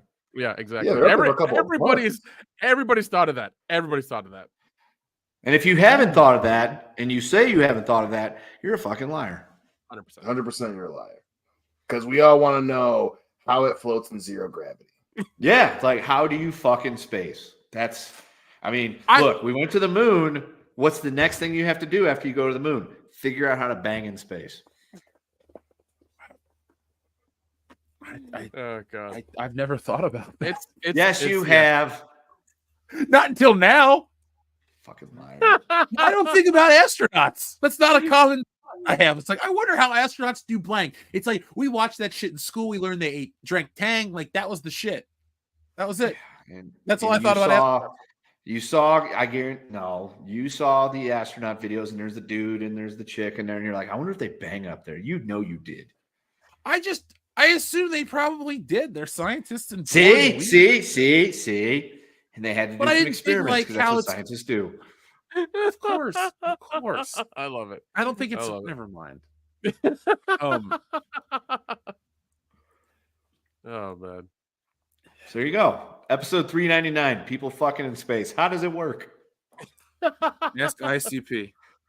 Oh God. Oh, maybe that's what they do. They get like fucking magnets attached to their spacesuits that allows them to, stay connected. Spooks. Yeah. I think they use Velcro, honestly, on their suits. I think it's Velcro. They Velcro each other to each other, and they're like, hey. Yeah. I mean, fucking changing positions though and stuff like that, like mid. You have to peel it off. Yeah, what would happen to a lady parts in outer space in the vacuum? Do what? Of space? What would happen to some lady parts in the vacuum of outer space? Would it like freeze? I mean, if you're outside of the spaceship with no protection, yes, and simultaneously burn. It depends on if the sun's shining on you or not. Then you'll burn. Yeah, like if you come out of the spaceship and you're like looking at the sun, the front half of you will start to cook while the back of you starts to freeze. It's kind of yeah. So That if you're sounds gonna like a cool fuck in death space, scene in a make movie. sure you do it in the comforts of the International Space Station, where I'm sure fucking has occurred. And wait, hold on. If Space it's the International Space Station, are they technically in like international waters? Is that how that would work? Yeah, I mean, look, human beings are very simple, especially when we find new locations. It's like, we've discovered this new place. Now we need to discover a place where we can fuck. Make it To clap boldly for go me, where no zero. man has gone before. Is you're that what not- Captain you're- Kirk was actually talking about? Well, yeah, dude. You know how much sex there was in Star Trek? A lot. They just didn't show because it was the 60s. Yeah, Gene Roddenberry was a poonhound. Yeah, and I guarantee you, he was like, all right, Kirk, you and whatever her name is, because I've never actually really watched the show, you're going to go and, kiss each other, and you're going to, like, run off on an adventure together, and then we're going to find you a couple hours later. What happened during that couple hours? We don't really know, but we can imagine that. Dun, dun, dun, dun, dun, dun. Possibly this. For those listening to the audio version of this show, Kendo is simulating copulation with his fingers entering his other finger. So And then you get two at once because every once in a while there's three people on that mission. no, it's normally 4 or more, and the red shirt Oh my doesn't get God. in. The red shirt has to watch. So that's the thing we have to figure out. Who's made the first space DP? Oh my God. I love Nurse this. I love this Chapel. part of the podcast so goddamn much. This is Yeah. ridiculous. Folks, you get better than this on Patreon, where we can say That's more things true. that We Steve's do not know gonna that. get mad about. Oh my God. So instead of buying that McMuffin tomorrow morning, spend $5 on World Class Bullshitters, where we talk about DPs in space. Space. That should be our next episode that we do for Patreon, the Too Hot for YouTube or whatever, just the DPs in space. How would it work? And then who would you like to see involved in a DP in space? It could be fictional people too, folks. If Mega folks, Maid and Galactus. In the chat right now, you guys are listening to us, watching us. We're not making asses of ourselves at this point. We are actually having a good conversation here. Who would you like to see in the very first ever space spit roast? You know, the International Space Station kind of like rotates, like that's what it'll look like. It'll just be Yeah. the astronauts, and it's just...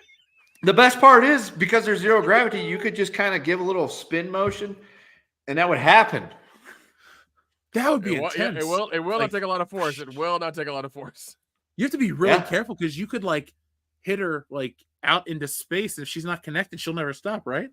Well, if you stay inside the confines of the space station, the shuttle, you're. I want to do it in outer space, not in a fucking space shuttle. You guys want to go on about how do astronauts do it in the extremes. In the extremes, in the suits, they have an asteroid field, Nick. Docking means something entirely different. Yeah, we're docking with whatever. Yeah, I bet you are. Don docking. There you go, folks. That's our next crowdfunding. We're gonna send Don Docking to space to do some docking and record an album. What a pointless endeavor! That's what we'll name it. A pointless endeavor. Operation Pointless Endeavor. Send Docking to space. People in the chat are probably like, "Who's Docking?" He's a singer. Just watch Nightmare on Elm Street Part 3 and listen to the song. You'll be Dream Warriors, the guy that has that high pitched voice that none of us can mimic. Yep, that'd be the one. Good, but you look confused as hell right now. You're like, where am I? It's funny, so I'm like, I'll pretend to be Antonio Banderas in the 13th Warrior. I'm just listening. Now, guys, this is going to be a very short segment. I just wanted to ask you if you had heard this quote today, because, you know, we do talk about pop culture. And I was greeted this morning with a quote from the woman on screen. Billie Eilish opens up about discovering her sexuality. I realized I wanted my face in a vagina. We all do, Billie. Yes. That's the dream. That's the dream. I just thought this was such a funny quote, and I wanted to know if you guys had heard it. Because I did not hear it. I don't keep up on Billie Eilish, so no. Nor do I. But I got this shit sent to me this morning, and I'm like, what? And then I Googled it, and it was current. I thought this was something I missed. I don't know anything about her outside of she did a James Bond song and that song Bad Guy, and that's it. I couldn't tell you anything else about her. I'm that old now. Apparently she wants to stick her face in some hoo-ha, which I mean, again. She can do it on Yeezy's porn site. There you go. Yeah, there you go. She can do some Yeezy porn. Oh man, what would you guys pay to watch? Would you watch that one? Oh, absolutely. Oh, yeah. I would watch this one. Yeah. Oh yeah. But I mean, like, you know, the price matters. I mean, if we're talking like, you know, somebody's yearly income, let's not do that. I'm out. What if? Hold on. Yeah, I ain't paying more than $5. What if Yeezy's porn site signs up with Netflix and it's all part of the deal now? So it's like you get WWE, the Netflix library, and Yeezy porn. Welcome to the future, baby. Oh my God, that'll be it. That'll happen. Yeah, I mean, oh jeez. Sure, why not? I mean, she's got some big jubblies, so she does. Right. You know, she does. She got to say I wouldn't look. Yeah, when she's not dressing like a frumpy dude, yeah, she has, you know, they are quite nice. Yeah, I mean, like it's like, you know, it's for the kids, you know, they do silly, goofy bullshit. Yeah, and like even when you talk, I'm just like, God, I can't wait for you to get to your 30s, so you just sound like less of a pain in the ass. Yeah, it's like, I mean, if it comes out, it's like, yeah, for on a late night show, I'm just like, you're just so annoying, but I'm in my mid-30s, so you know, that's what same reason I don't hang out with Rick because she's like 22 or something, you know. Yeah, I don't hang out with early 20s people. Yeah, look, if Yeezy filmed her with her face in some muff, I'd be like, I mean, I'll look, but yeah, that price better be lower than curiosity alone. Yeah, you know. She'll release it with her new single. I'm not buying the CD. I'll wait till we can get it on the high seas. Who buys CDs anymore, Ken? Do they even press CDs? I don't know. I buy CDs. No. Vinyl's been selling more than CDs for the past like 5 or 6 years. Yeah, vinyl's made a comeback. I think that's stupid, but whatever. Yeah, I think cassettes are coming back too. So that's folks. Let me just get on my soapbox for a minute. Even though I'm 6'5", Nick, remember I'm not 6 feet tall. To the youth out there, because I'm really old apparently. The technologies that you're going back to, ironically, sucked back then Don't bring them back. Tape was shit.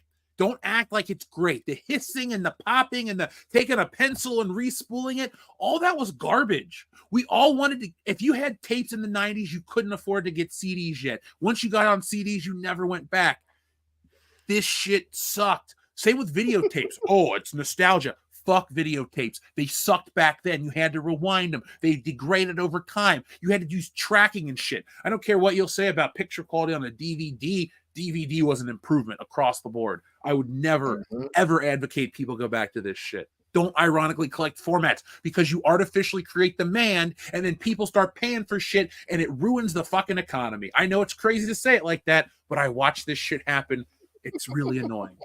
Fucking stop. They take up too much space. I love how Jeff went into buying cassettes tapes is why we're in the economy we're in right now. Like, how am I wrong? Tell me. I wanna connect those dots. I really do. I will bring you a 7-point plan next week, Nick, here on WCBS 400. Why fucking VHS tapes are the harbinger of doom for the United States economy. Oh my god! Oh my god! I want to hear this TED Talk so bad. I really do. I will bring out the green screen. I will present shit to you the entire time on this green screen.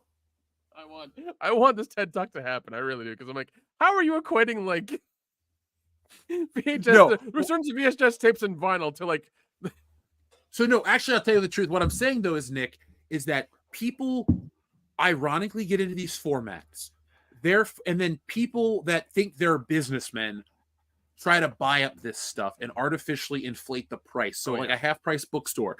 For the longest time, a videotape was $0.25 because nobody fucking wanted them. They're just trash at this point. But then all these assholes went, oh, videotapes are so cool. So now they're $5 to $10 for a videotape. Everybody now thinks every other format is worth money. We're all of a sudden producing this crap again. Nobody wanted this for a reason.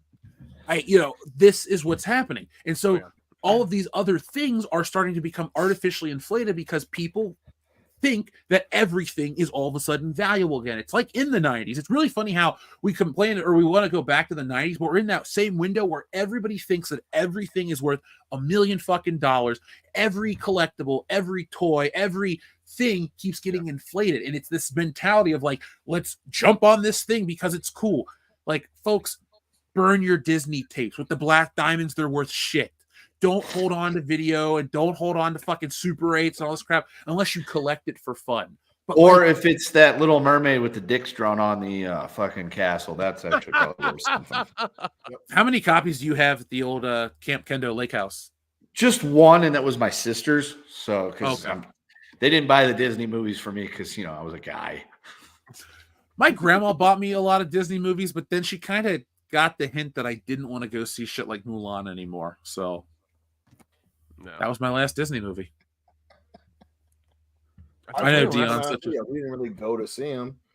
And then obviously I fucking started looking at girls with big old titties. I remember Pamela Anderson too. Oh yeah. The Baywatch days. She was the gateway drug to a lot of guys our age. I remember, dude. I still remember that fucking with the roster back in the 90s, baby. Yeah, I still remember the fucking music for Baywatch, like very distinctly, like turning on. Be ready. I can sing it. I watched a documentary on Baywatch yesterday too. Oh, nice. It was weird because I think 3 or 4 years ago, like they remastered the fucking shows for Amazon Prime. It was so Film strange. Rise. It's super high def. Like if you go to the Pluto TV channel, it's like, wow, man, you can see every detail. Good and bad. Somebody paid money to have that show remastered. All shows should get remastered at least to 1080p. I agree. I stand by that. And hopefully, as we get these like neural network AI systems in place, they can figure out how to like remaster old film with like, those resources. I want that to happen. And then I've read rumors online that they're trying to use neural net based AI stuff for the next Xbox to do like offsite graphics processing, so you can have a cheaper machine at home, but then AI like does your hard work for you offsite. So hopefully that's a thing. That'd be sweet. Like if that's your thing, then there are no limitations to video games anymore. You can render, super realism because you're using AI to help. Yeah, I mean, yeah, AI stuff is wild. I mean, even I think I've shown you guys that you can buy like the AI upscaler from this one company, and it's like $40, and you can upscale your VHS and DVD stuff to 4K. So, What is something that you guys are going to upscale to 4K? I want to upscale my 5th birthday party. I mean, you joke, but I was the star of a Christmas play once in the 4th grade. I'd upscale that. That's already upscale, Kendo. probably upscale some old movies that what is it? That are only on DVD, that you can only get on DVD. I'd upscale those to 4K.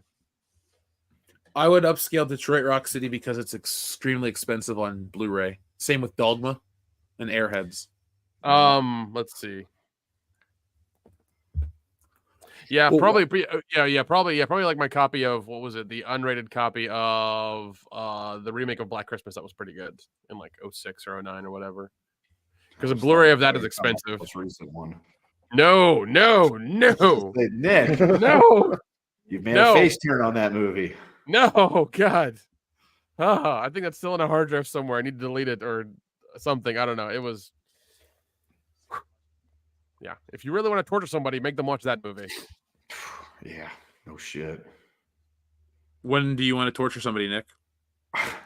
Depends on who. Really. Yeah. So, guys, let's talk about what's on screen right here. I'm trying to pull up a good article to read from it, but it's official. TikTok has been banned. There's now, I believe it's 270 days for, data rise to sell before it'll be banned in the United States. So we've talked about this for a while. I know, Kendo, I'm extremely upset like you are. But we've talked about this for quite a while. We've talked about, could it happen? Will it happen? Well, it's happened. Almost. We're getting into the phase of, TikTok might be going away. So what did you guys, Dion, are you surprised that it actually went down like this? I know we're not, at the complete end of it yet, but. Right, yeah. No, I mean, I am kind of surprised that it happened, for sure. Obviously, I don't use TikTok. I'm in my 30s, but yeah, I was very surprised, very, very surprised, but again, it being an election year and everything, man, it's the timing is it's pretty wild too. So yeah, I thought it was going to be a lot more posturing for another year until after the election season and they let it go. But yeah, man, I am pretty damn surprised they actually went through with it. So now the company is fighting this already. So they're promising to sue over the potential US ban, and they're also saying that they would never sell because they want to keep their algorithm. I know we joke about TikTok being like, who gives a shit about TikTok? I personally don't. I have issues with like short form entertainment. It ruins long form entertainment because nobody wants it anymore. So we're all kind of stuck watching shorter crap. And that's, I'll get on my soapbox for one more time and be 6'7" now, Nick. But come on now. If you wonder why some of these things are the way they are, it's because we keep condensing down entertainment. Now we're in the 5-second clip window. Like, what's next? So, if anything, I would just hope that like it turns people into watching more long form shit. But I mean, I doubt that. All it's gonna do is make all these kids go to like Instagram or Snapchat or something else. That's all it's gonna do. It's gonna divide them up into something else. That's all it's gonna do. Yeah, they're gonna go somewhere else to get their short form entertainment. That's all it's gonna be. Right. Well, and that's just so wild. Entertainment. Yeah, I mean, I 100% agree. Short form entertainment. The closest I got to was when Vine was a thing, and even then, I only did it for the funny videos. My only thing with TikTok, I just watch the longer YouTube videos of just funny TikTok clips. So, I'm not, it doesn't bother me or change my world. It's just wild because one company that was lobbying pretty hard for this was Meta. So it's very interesting the company aspect of it, right? The actual, the things that companies try to do to get one up on their competition level stuff. But yeah, I was very surprised that it was going to be that they were going to be done in 2024. Very surprised. Yeah, no, it is weird. I know India has banned a ton of Chinese apps and made their own in there's country, and there's been like almost no latency at all. Like they as soon as the Chinese app goes down, some like two Indians in a fucking garage make the new app, and they're billionaires overnight. That's just kind of how it works. Right. Because that's just what they do. And they haven't seen any latency or anything like that. They've been good. So I think it's gonna be funny to hear all the kids crying about it when it happens finally. I can tell you about it. I'll go in there tomorrow to work, and I will fucking dance on the grave of TikTok and laugh at all the kids and tell you what the reaction's like. Oh, please do. You Please should, do. I dude. want to hear that. I want to They're hear it gonna so be bad. pissed. I mean, they got, was it 9 months or whatever the hell it is? Yeah, 9 months. 270 days is 9 months. Yeah. Yeah, I mean, what else are they going to do during my class now? I mean, I bust them for being on their phones all the time, take away their phones for them being on class watching their fucking TikToks. What else? I mean, I'll be interested. You know what? I'll hold a forum tomorrow. I'll be like, look, now that your precious TikTok is dead, what are you going to do now? What are you going to do now? Huh? Yeah. Huh? Yeah. The adults always fucking win. There's no right. security that you guys win. I do like that outcome, but I do too. But it's also where Biff is corrupt and powerful and married to your mother. Again, I look in a world where I'm Biff, I have no problem with that scenario. Although I don't intend to marry any of your guys' mothers, so don't worry. Now, Biff, don't con me. Be honest with us. I just put on the second coat now. I'm sorry. Yeah. Best line of that fucking movie. But yeah, no, it's that. So one, okay, this is a sticky wicket because on the one hand, we shouldn't be banning things, especially apps where people make videos saying shit that you may not like. Because once we start banning one form of speech, it allows other forms of speech to be banned. So there's that. Isn't this just all about the Chinese government owning this app and they just don't want surveillance? So it's not really. Now that you didn't let me finish the but. It's a big but, Kendo. It is a big but, and I will massage it right now. But if you look at TikTok that exists in the United States, you get all that shit. If you look at TikTok in other countries like China and things along those lines, TikTok is substantially different.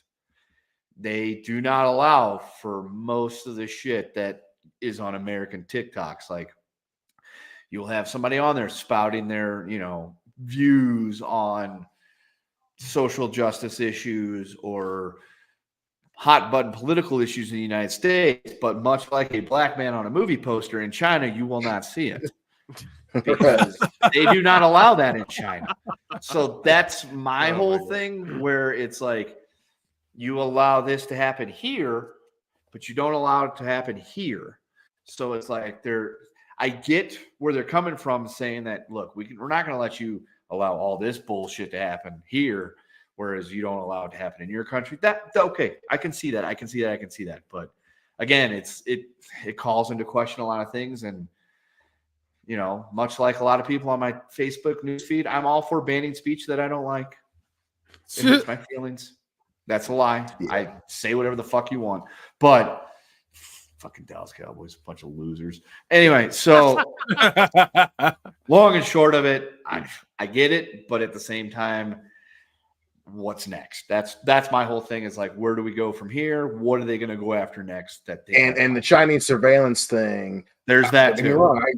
That is a serious concern. I do not like an enemy of this country having access to this country. Right, 100%. That's a good point. The only thing is, this was very much a grandstand. If they were serious about it, the government would be worried about all of our private information because even now, yeah, TikTok's gone, but where the big bad China's going to get it from now? Facebook. Yeah.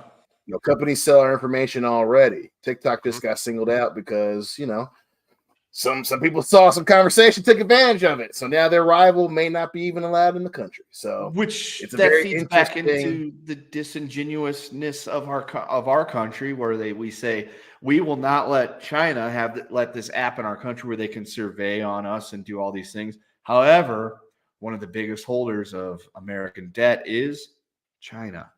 So it's like, we're more than willing to sell them bonds, but don't you dare put a fucking app on anybody's phone. Right.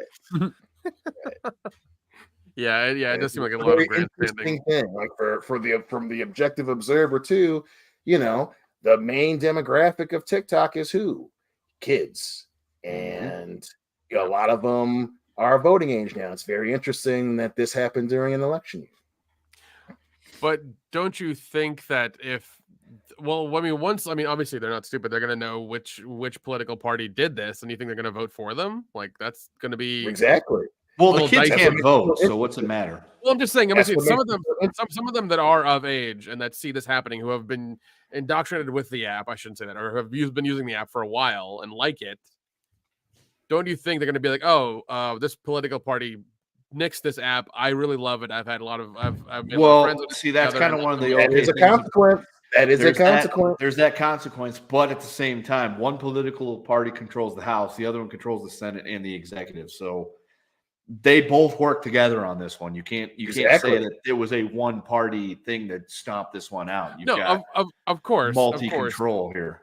Of course, but I mean, I'm looking at it from somebody who looks at the surface level of this, being like, the party in power has done this. We must vote against them. Like, that's kind of how I'm thinking. Yeah, but both parties. And this is apparently an election. This is a very vibrant election, right? Both sides are saying we have to, and one party just got rid of an app that a lot of young voters really, really like. Yeah. So the adverse effects of this are going to be very interesting. Well, I have a question. Do you think it's actually going to get banned, or do you think they'll sell their share in it and everything will be okay still? I don't think it'll get banned. They're going to fight it.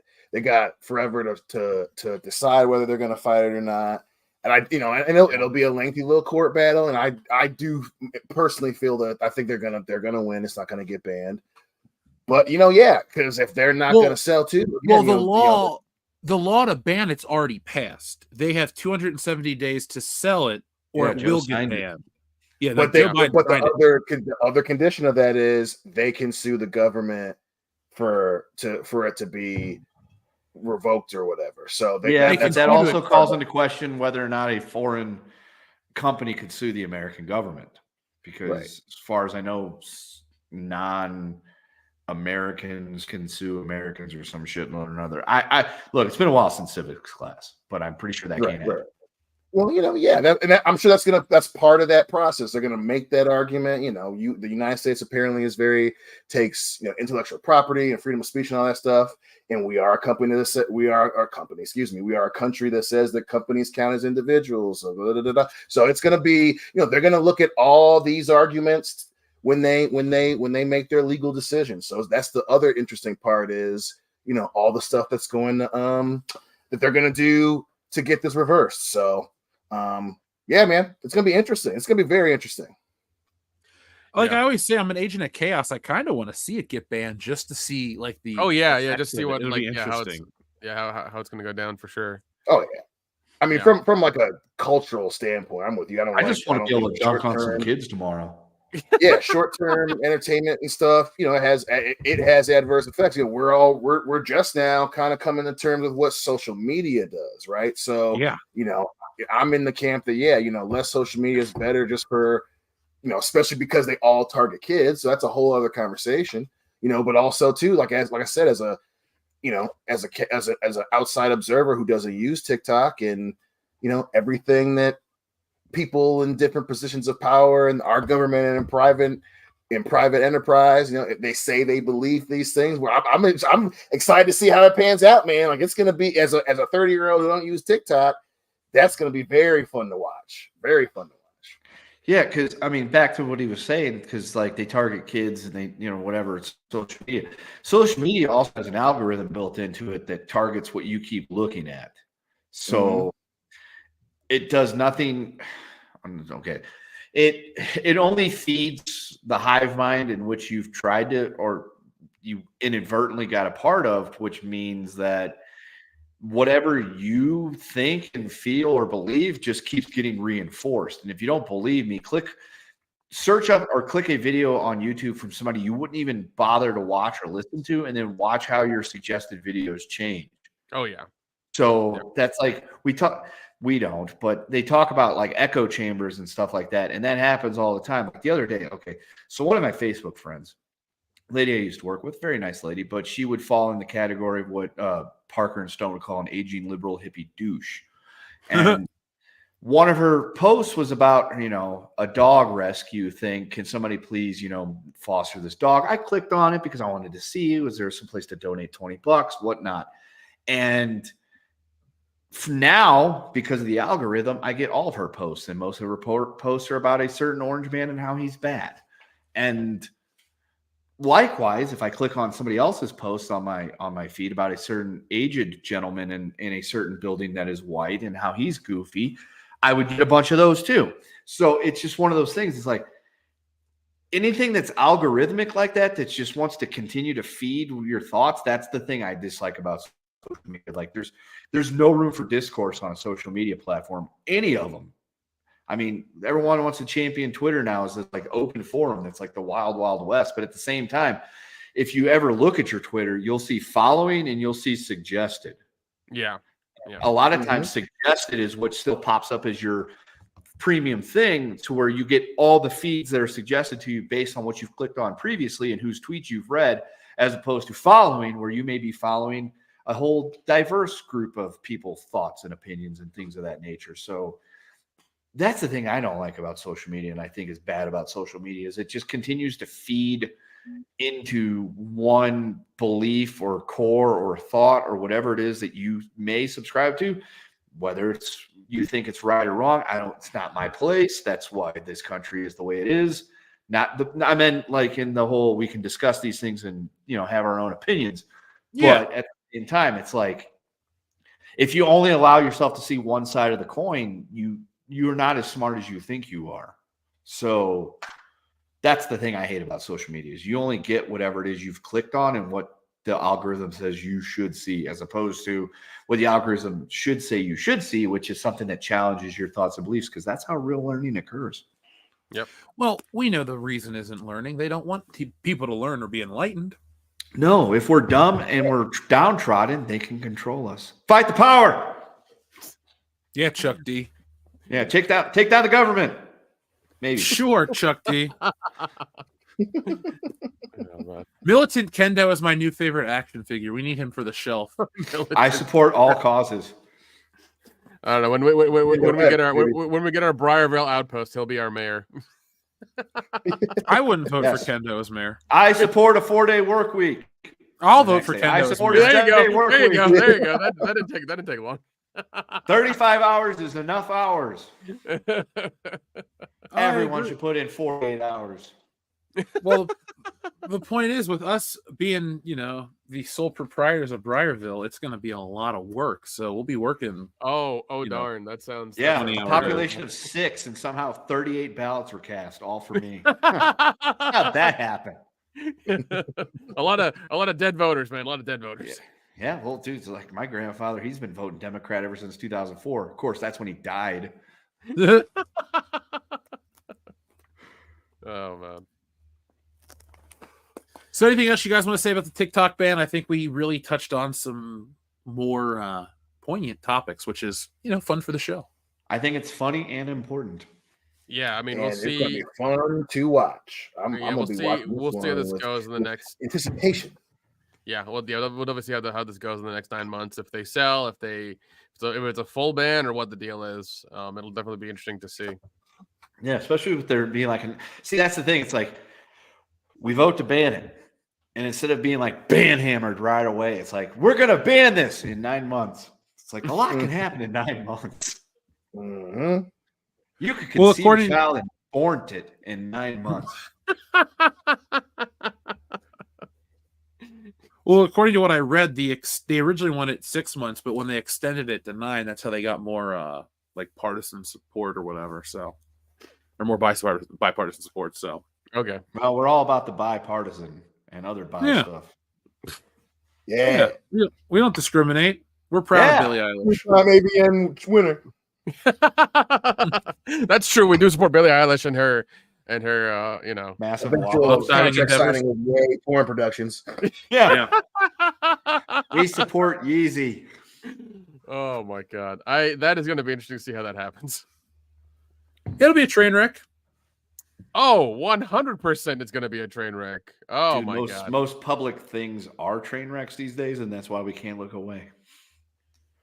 I'm just as guilty, dude. I look at the news websites and I find myself clicking on the celebrity clickbait fucking headline things. It's like, this happened to this celebrity on this island. I'm like, I don't fucking care. Yeah, I kind of do.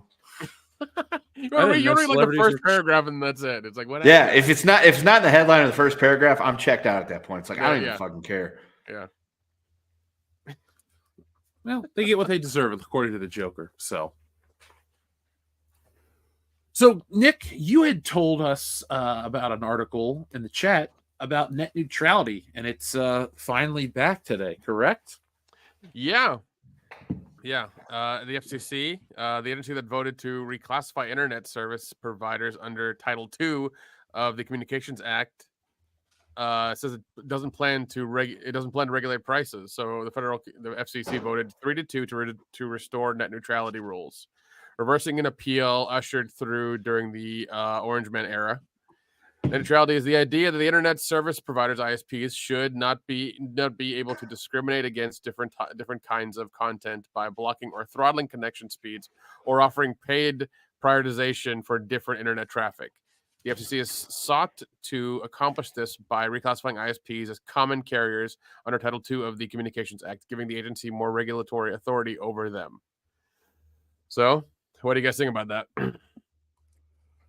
So, what was actually okay? So, I'm all about the net neutrality stuff, but how did it affect us? Like, I understand it was throttling of certain things, but was there any big stories of like a lot of stuff that got throttled, or? I mean, I don't think there were people that didn't get throttled by them. They were pretty much trying to, companies could control the internet and how we get and how much of the internet we could get. And, especially if you're like the only provider in an area or something like that, they could be like, sell you something like, this is the top of the line we got, 15 megabytes, fucking Frontier, and just be like, that's the only game in town and stuff like that. This allows for more games to be in town. Yeah. So like, I know in Atlanta, like where I used to live, it was just Comcast the whole time. Now I'm in an area where it's Spectrum the whole time.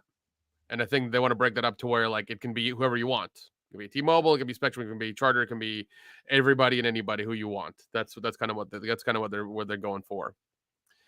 And I think before this you'd have like where like let's say you had Amazon Web Services, like they would have priority over the internet because they're people are buying stuff, people are always on their site, things like that. They would have priority over like the higher speed lines, and so would Google and so would some other sites because they needed that traffic for their servers or whatever. That'd be their excuse. So that's kind of what it would be. But now everybody's on like the same playing field. That's what they want to keep it as. Yeah. Good. Which the way it should be. There should be competition in the market. I mean, just a fucked up story from today. My sister has the T-Mobile home internet because it was cheaper than Comcast or Spectrum or whoever it is that she had. Well, her electrical panel box started to spark earlier today, so that was a bad thing. That's a very bad thing. So she cut off her electricity to her house. She has to wait on the electrician, so she's staying in the palatial estate that is Camp Kendo for the next few days. All inclusive. Don't touch my fucking scotch. And she took her fucking hub for T-Mobile, which if I go to the T-Mobile website says is not available in my area.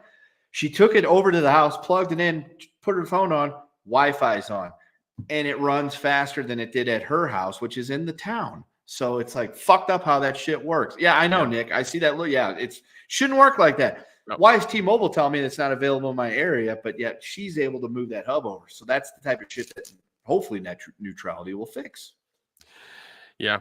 And also, I think it was really funny because I think we had the old FCC commissioner or the one under the last regime. He was an asshole, a complete asshole. Yep. Yeah. And that was the other thing was that there would be no rules on what they could do with our information. Yeah. That's also another thing as well. Yeah, with that. So yeah, that's why we need net neutrality. So, but I'm glad it's going back up again. I'm glad they're doing it again, because there was a whole grassroots movement in 2015, and then when it hit its climax 2017, and everybody was about it, and it came to the government and everything like that, the FCC commissioner didn't just repealed it and said, nope, we're not doing this. So wasn't there something like SOPA and PIPA or Pippi that they were trying to control the internet too that was all fucked up? SOPA is only California based. It's their thing for, like, that's why whenever you go to YouTube and you upload something, it says, is this safe for kids? That's that. SOPA and COPA is that. Oh, okay. Yeah, because California, go figure, pulled that shit. They're like, oh, we need everything to be safe and sanitized and milk toast for these kids, or else they might grow up to be assholes. You mean like the California people that currently live there? Yeah, man. Because they're wonderful motherfuckers. Some are cool, some are not. A lot of them aren't from there. Yeah, they're all fucking transplants. Yeah, but no, net neutrality is important. We need it. We need it to be. And like that's why, like, competition on the internet. That's why you'll see. I think it's in South Korea, where like their internet is like $10 a month, and they get like 10 gigs of speed or some shit like that. It's ridiculously fast for ridiculously cheap, because they have competition between all the ISPs in the country. We don't. They get little areas where they can, be and stuff like that, and that's the problem. We don't need that anymore. We need there to be competition amongst them, so everybody can get internet and access to internet at a good price, at a fair price, and everybody can be on it and use it for what it's made for. Yeah, like getting rid of net neutrality, we would have been a hell of a lot closer to becoming the world in Blade Runner, where like they can just decide what our internet does, how much we get, they could send us whatever, so it was not a good thing if it were to go down. And that's why Ajit Pai going on the internet and trying to like be cool and shit. It's like, oh, so this was companies working, based on how much they spend, could control the internet. So and those companies lobbied hell to not have net neutrality, and that was obviously they spend millions of dollars on that because people are fucking cheap and greedy. So like they'll be like, it doesn't matter, buy this politician, whatever, it's okay. Yeah, it's terrible. It's a win for all of us though. So yeah, more competition leads to lower prices and faster speeds. Mm-hmm. Oh yeah, try again, assholes. Well, we might win this one after all. Who knows? Yeah, so, guys, this weekend is C2E2, which is the big comic convention out of Chicago. Usually we get pop culture information and stuff like that. But we had a big trailer drop from Marvel before C2E2, the Deadpool trailer. Dion, did you like that trailer? I did. It, there are elements for sure that make me cautiously optimistic, but it does seem like they're keeping the overall theme of Deadpool and the overall theme of what Wolverine is, and bring us that relationship that we love from the comic books and animated movies and stuff. So I'm cautiously optimistic. I'm not a fan of the universe thing so much. That's a drum that they love to beat, but the trailer at least gave me enough to be like, what, I'll give it a shot. So I will say, I did like the trailer. Kendo? Yeah, so like the first Deadpool movie was great. Second one was good. I want the third one to be really good just because it keeps it going and it gives us a reason to continue to invest. Like Dion, cautiously optimistic, just because with a lot of these types of movies, there is that law of diminishing returns. And now that it's under an umbrella that is that screams family friendliness, I just don't want it to end. I don't want to get sold on this and have it blow up in my face and just walk into the movie theater thinking this is going to be fantastic and get anything but that. So I would say I'm sold, but I'm taking the cautiously optimistic approach. I understand where you guys are coming from. I hope I don't think they're going to be too conservative with the stuff in this one based on the trailer, but I hope they're not they go overboard with it just because it's like, hey, we can drop the F-bomb in a Disney movie. It's like, cool, make it good, because multiverse crap is hard. Please make fun of it and make sure that you guys lampoon it well, because we kind of need something to make fun of all this multiversal crap. Right. I don't know. It also seems you're trying to ask them to lampoon themselves, and that's never a good thing. But I think Deadpool does that pretty well. Yeah, he does.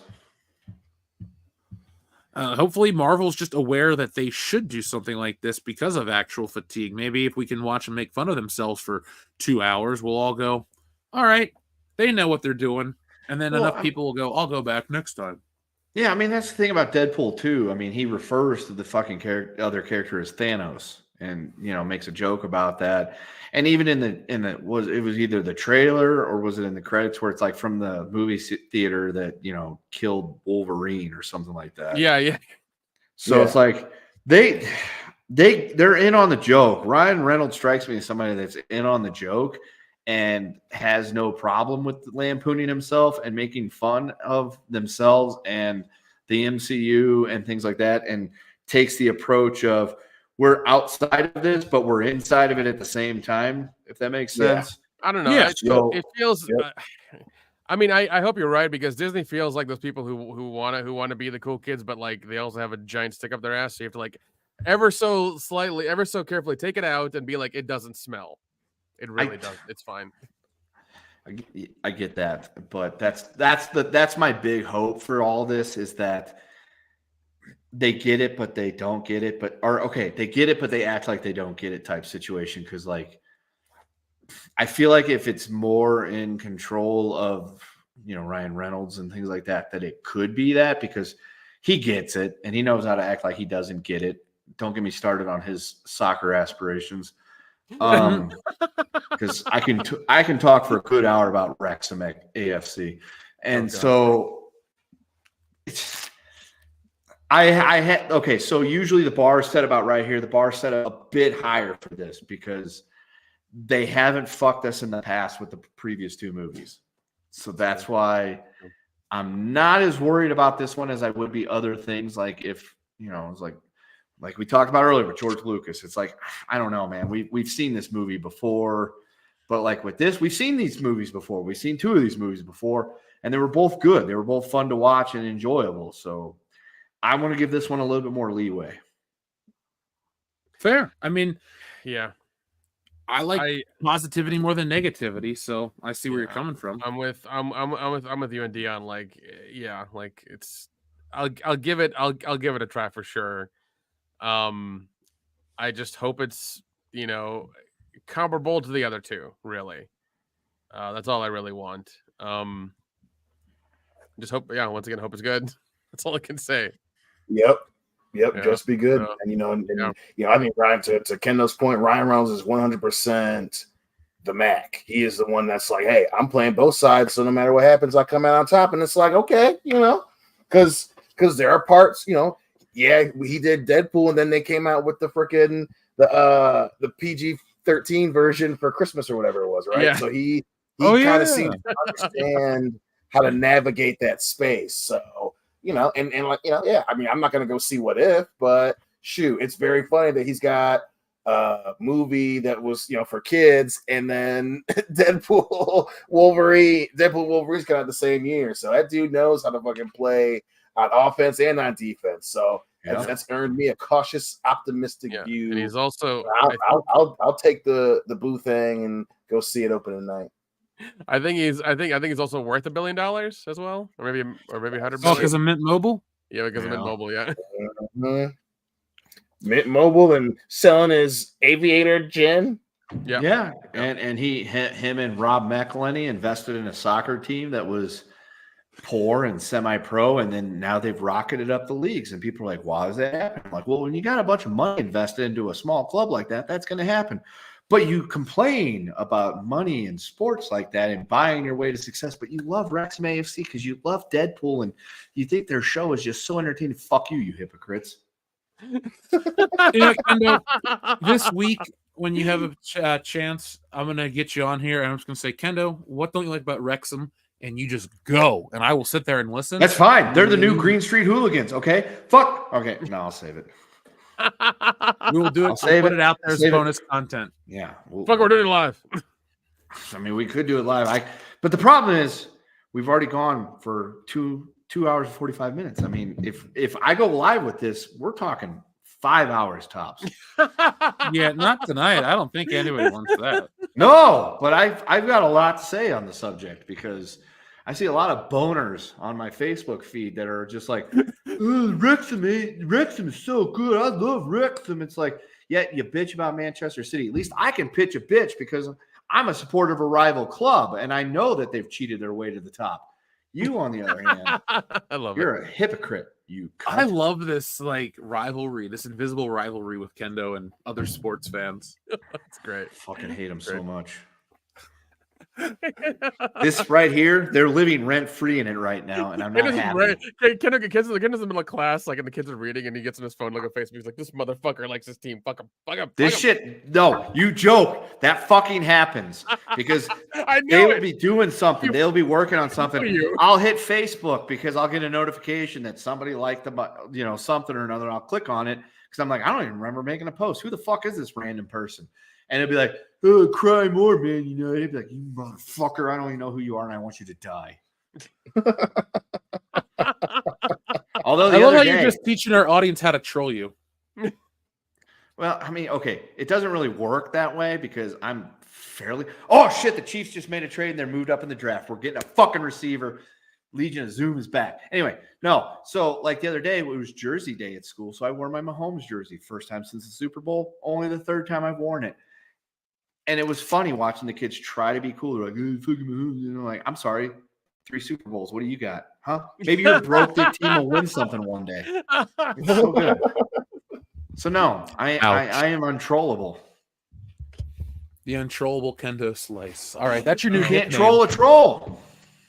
Oh, and they traded with Buffalo. Buffalo, who's dying. Oh, dude, Dion will laugh at this. He'll understand the funniness of this. Yep. So, continue guys, with your show. Oh, I will.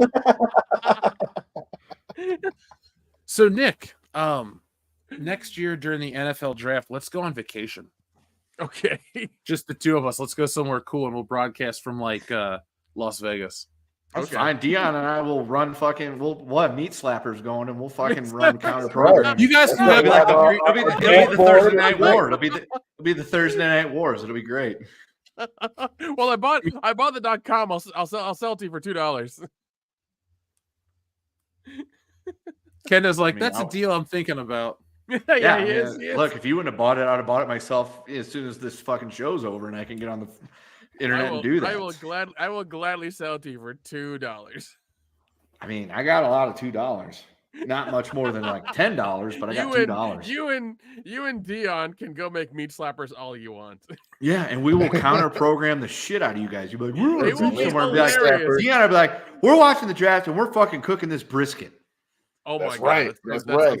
News bros that elevated their game, baby. Yeah. See, no. You gotta watch football, cook the brisket, and then drink whiskey. That's how you gotta do it. Look, I've got NFL Plus. I can watch any fucking game I want all the way back to 2008. So we will do that. We might even watch the Javon Belcher game. Look, Dion knows what I'm talking about. No more talking about it. Just do it. We'll put it on the podcast feed. Make an inaugural episode. Dude. I don't give a fuck. You know what, folks? If you want the Coos Bros Hour, meatslapper.com, we will fucking do it in Speedos. Dion, we've got to fucking work. No. You've crossed the line. No. It's an audio only podcast. You went too far into the sun, goddammit. Come on back. We will sell sex. No, you won't. Anyway. No.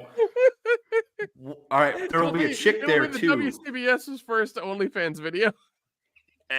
It's just the two of us. Right, I'm going to delete the whole thing right now. Cooking barbecue. That's all it is.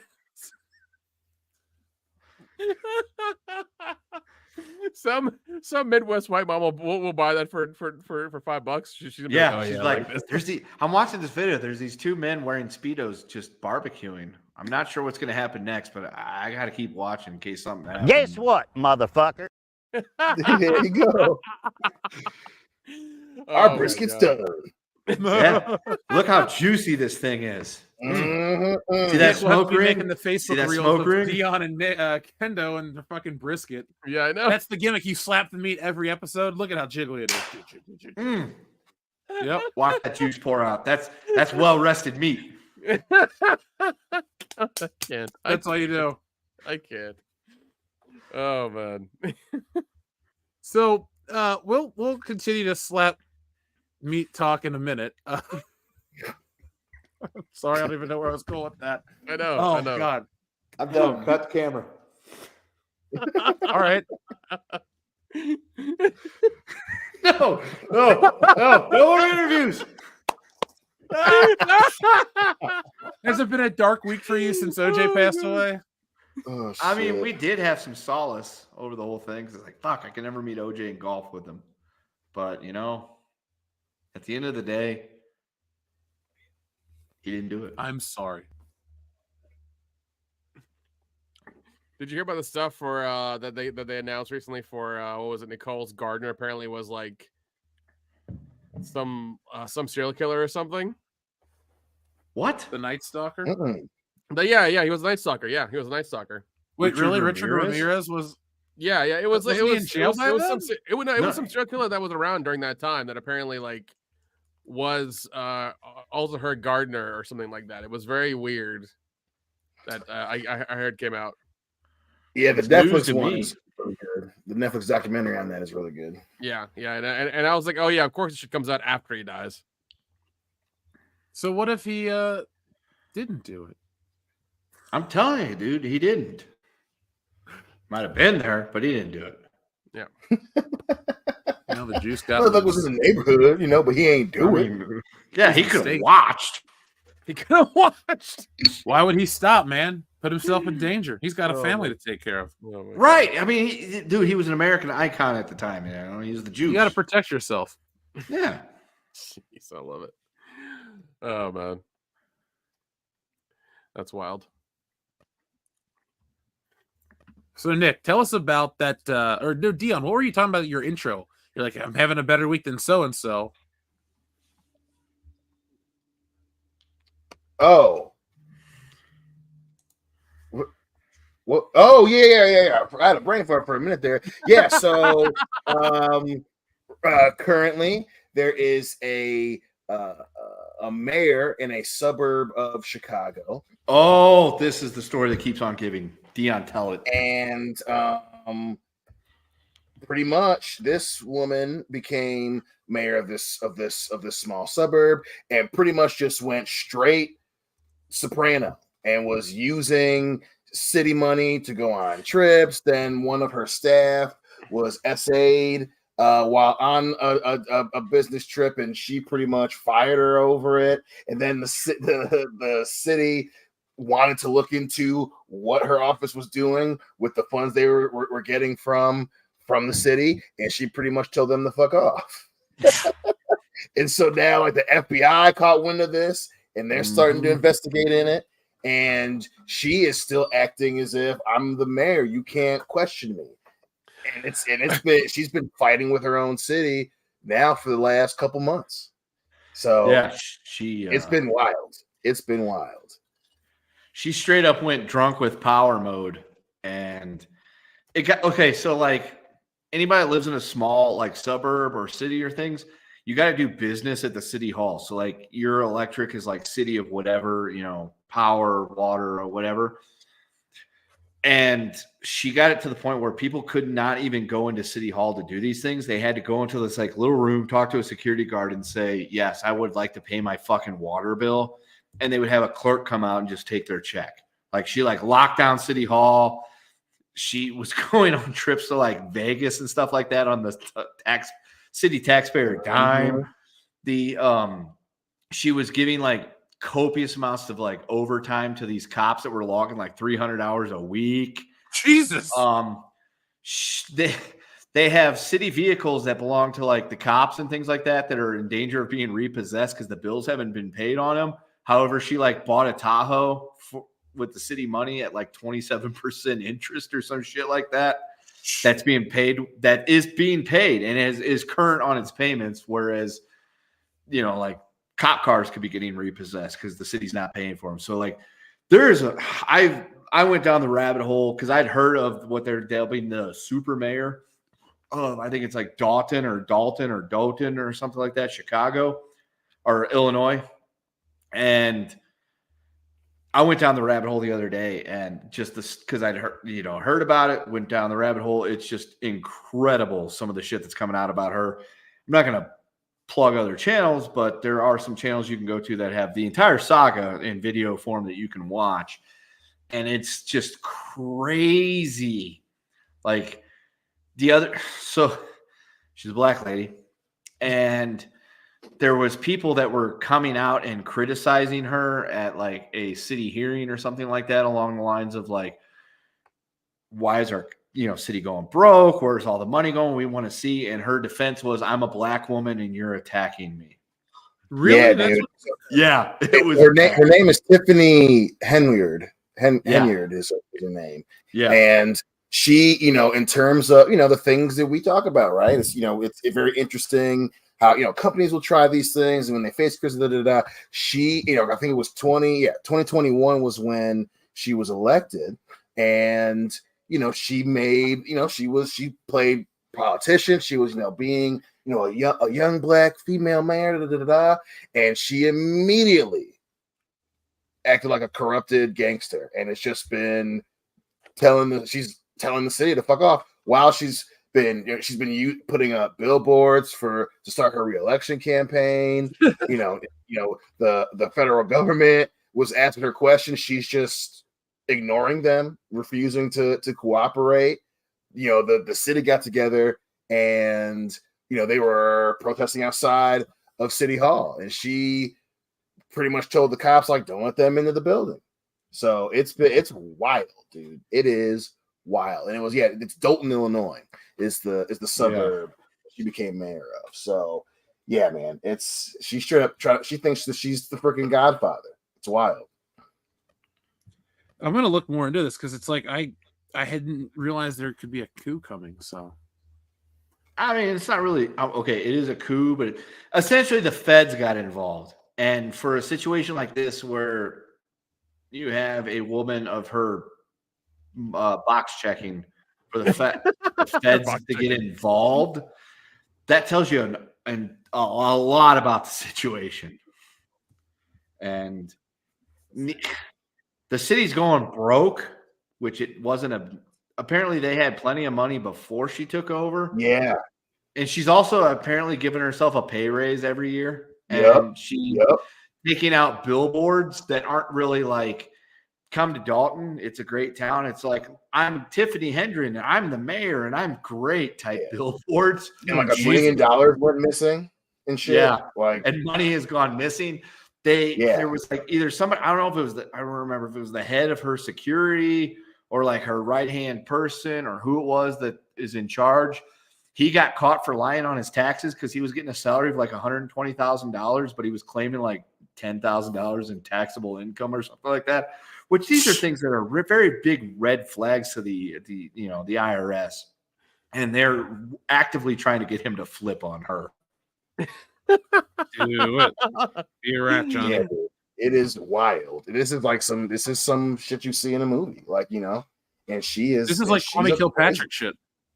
Yeah, dude, this is straight up Kwame Kilpatrick shit. It is straight up Kwame Kilpatrick level stuff, man. Like, this is why why people talk about the need for checks and balances in government, and it's because some people get in and they have access to all this shit, and they decide, I'm gonna use this for me, and you can't say anything. Shut up, I'm the mayor. So this is straight up Kwame Kilpatrick shit. Yeah, she's like a small town despot. It's awesome. Mm-hmm. How do you think it ends? She's going to jail. I hope she gets indicted and it's a public trial because it'll be great dinner. Oh, you didn't think she was going to go down in a blaze of glory? Like, she's going to. That's the thing. That's what I'm saying. She will deny it. Something.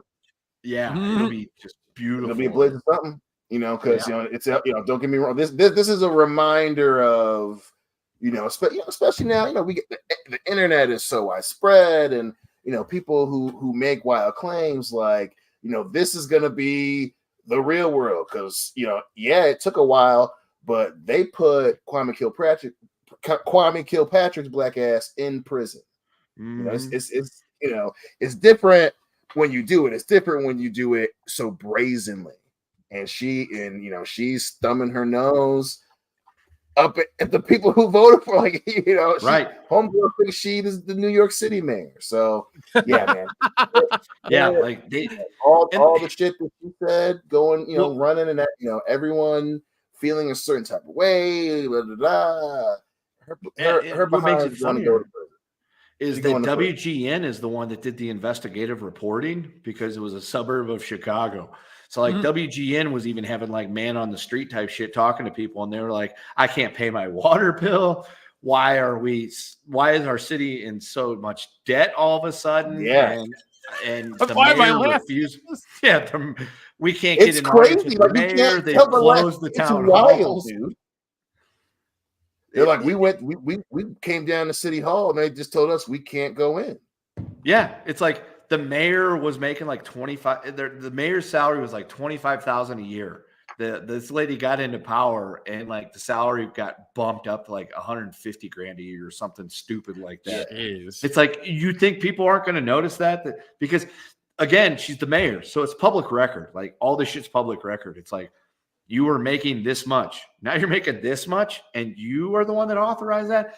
And like the way their little township works is that it requires like a super majority of like 4 votes out of 6 or something like that to pass things, with the mayor being like the heaviest like super delegate vote, and the mayor's voting for all the shit that benefits her and things like that. It's like, how did you not expect people to get, one, notice these things, and 2, to get pissed off about it? Right. Like it's just so like that's one of those things where people are after they get indicted and charged and convicted, news comes out about that. They're like, yeah, that person had, is a psychopath, or that person is a narcissist, or that like this, this has to be some type of mental thing, because for someone to be so, if all these things are true, to be so brazen about it, it defies logic. Threatening city council members when they start to ask her about it. Implying that she can just fire mofos on the city. Like, it's crazy. Like, if she didn't think that anyone that anyone could do anything about it. So yeah, and it's now wild, man. and now she going to federal prison. That's a local state crime. She's going to go to a state prison. Okay. Although if the feds again, those type of things, that's why it's so wild. It depends on what crimes you do. Now, certain things would be, within Illinois, in Dalton, or whatever. But the act of committing a crime and then going to another state, that's when things become motherfucking federal crime. Complicated. Now, and if these specifically, again, if all these things come out to be true, things become federal crimes when you steal from local governments and then use it to go on trips, and there are other government officials that are facing the same type of shit right now. So, it might not seem like it might just be a local thing, but that shit tends to blow up very quickly in these situations. Oh yeah. Mm-hmm. Oh yeah. Yeah, well, just keep me up to date on this one. I'll look into it myself, but I absolutely will, because it's been the crazy news stories are so much better than anything that's fictionalized these days. Like, we live in a world where computers can make any graphic on screen, but the real world is way crazier. So I'm more interested in that these days. Yep. Can't write this shit. And even if you could, it ain't as good. Did you guys, anybody here watch Shogun? Is that a show anybody was into? Because I just got done with Fallout. That's our next show. We're gonna start this weekend at Shogun. How was Fallout overall? It was great. It was great. It was great. They did a great job. Walter Goggins is a fucking man. Oh, he's great. He's just the man. He really is. And then obviously they did a great job of it being in the Fallout universe, man. So I'm excited. There are a few hokey moments for sure. Amazon's gonna Amazon, but overall it was very good. It was very, very good. And they were boom. I mean, not without giving any spoilers. They did enough where season 2, when they approved that stuff early on, I get why. Well, I need to catch up because I haven't watched any this week. I've had a lot of stuff to take care of. So I was just wondering what you guys were up to watching. I think you'll dig it, man. I think you'll really. I'm excited to chit chat about. I've watched some of it, and I'm a fan. So Fallout's a win for me. I have to watch all of it, but so far, Twisted Metal's still going to be my favorite game adaptation of the. Oh yeah, I do. It'd be fun to see you compare the two, man. It really. I'm excited for you to compare the two because it's but like I said, Walter Goggins is just a man. So I'm a fan. Like I said, I've seen him in tons of shit over the years. Yeah. Well, I do like how we're still obsessed with the post-apocalyptic. The Walking Dead brought that in, and maybe we've had other things from that before and after, but we're still in that post-apocalyptic. Everybody likes this shit, so cool. Bring it on. Yeah, man. Yeah. Now we're gonna catch up with the audience, and then we're gonna close this out to make sure we stay honest to everything that is in the title right now. Spider-Man 4. Tom Holland has been in the news saying that he would love to do Spider-Man 4. He says that Spider-Man gave him his career, and he feels, not obligated, but a responsibility because I guess it gave him great power. So good for Tom Holland. Guys, gun to your head. What would you rather see? Tom Holland's Spider-Man 4 or Sam Raimi come back and do one Spider-Man 4? Raimi coming back 100%. Yeah.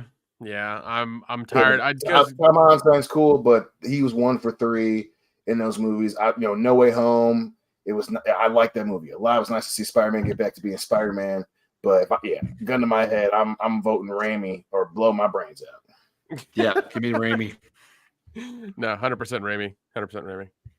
Raimi's 2 out of 3. Holland's 1 out of 3. Our friend Jack White, thank you. He says, now I wouldn't go now, though more interested in Nintendo World, and now maybe go back to Universal as well. Never was one of those Disney adults. I did go to Universal Nintendo World last year before I left California. Probably about a year ago today, I was out there right now. So it was awesome. I like theme parks. We will be doing some broadcasting from theme parks this summer. I loved Nintendo World. I would recommend everybody go. We are not endorsed by Nintendo or Universal Pictures. I would love to be, though. I'd love to be. I'd love to be featured in the new Legend of Zelda movie. I want to be one of the Bokoblins that gets killed in the open scene. Okay, that's fine. Don't wish a Legend of Zelda movie into real life because it's already been confirmed. Avi Arad's making it. Yeah, dude, that's a real thing. And then Keno died. You, sir, are late to the party. Well, folks, Kendo has been eliminated from the show. If you'd like to replace self-deletion. Self-deletion. Delete.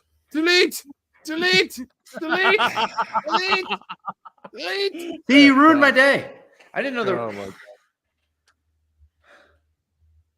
Well, thank you, Jack White. We read Enrique's. He says, though my nostalgia for Disney parks has more to do with the fact that I was there one trip that we would go where we didn't get a bunch of museums, or we didn't go to a bunch of museums.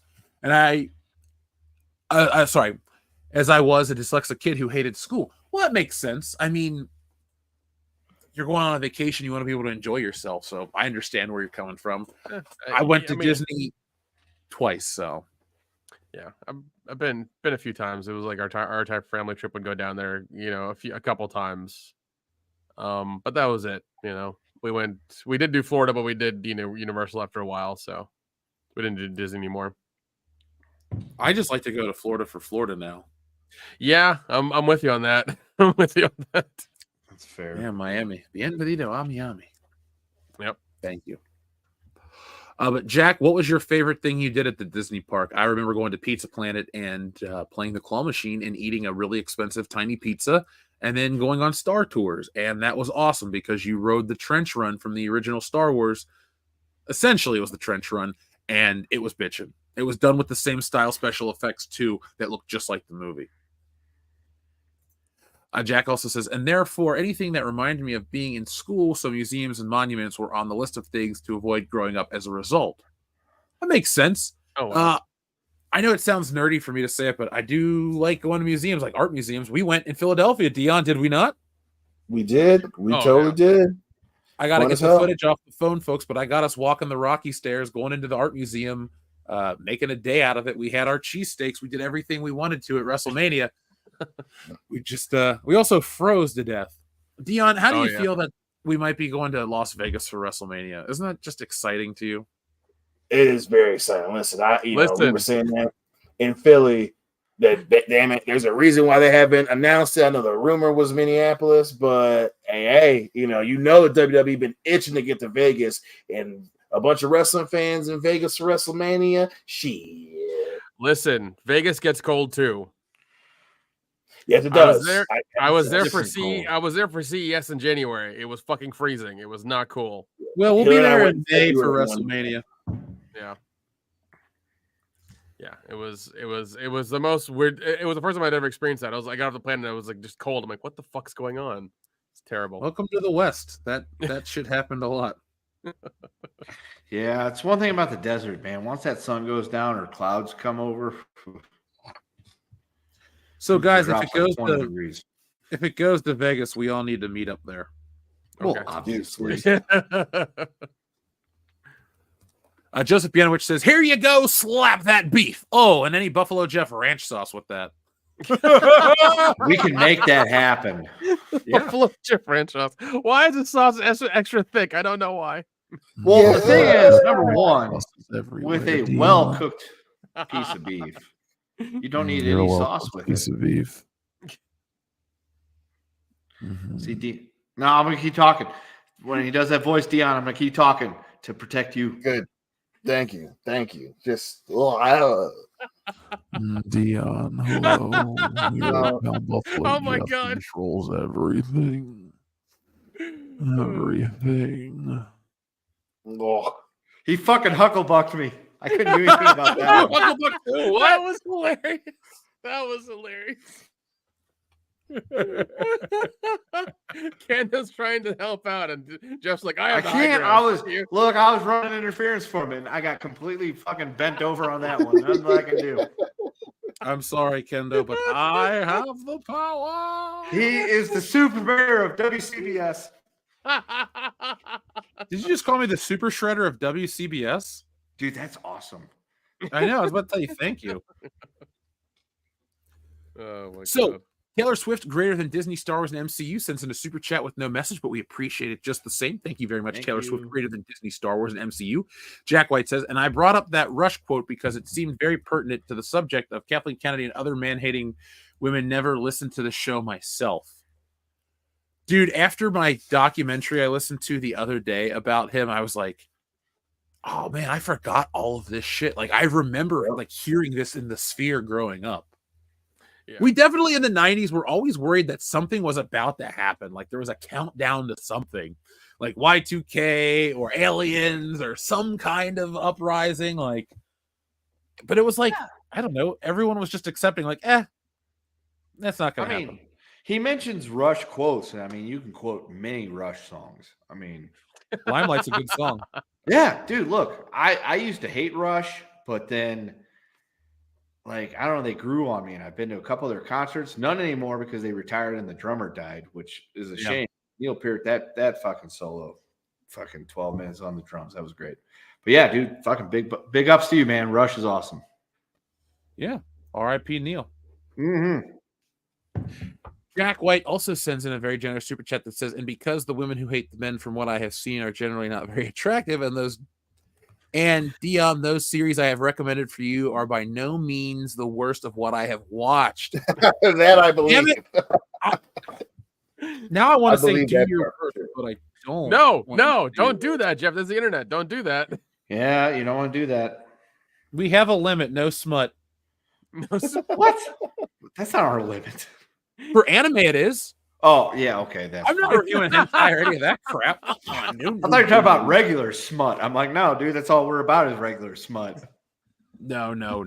Believe There was a lot me. of smut in American Pie, so yeah. Yeah, dude, we literally watched a movie that was full of smut. That's true. We did, and it made us better men because of it. Sure. We'll go with that. Yeah, we'll go with that one. We're all Oz. Shut the fuck up. Yeah, thank you. Folks, if you want to hear about Oz and how he may be, there you go. Just listen to the American Pie commentary we did. I don't know. We have 3 more movies in that series, and we'll see what you say about us. Oh, he's still totally bent.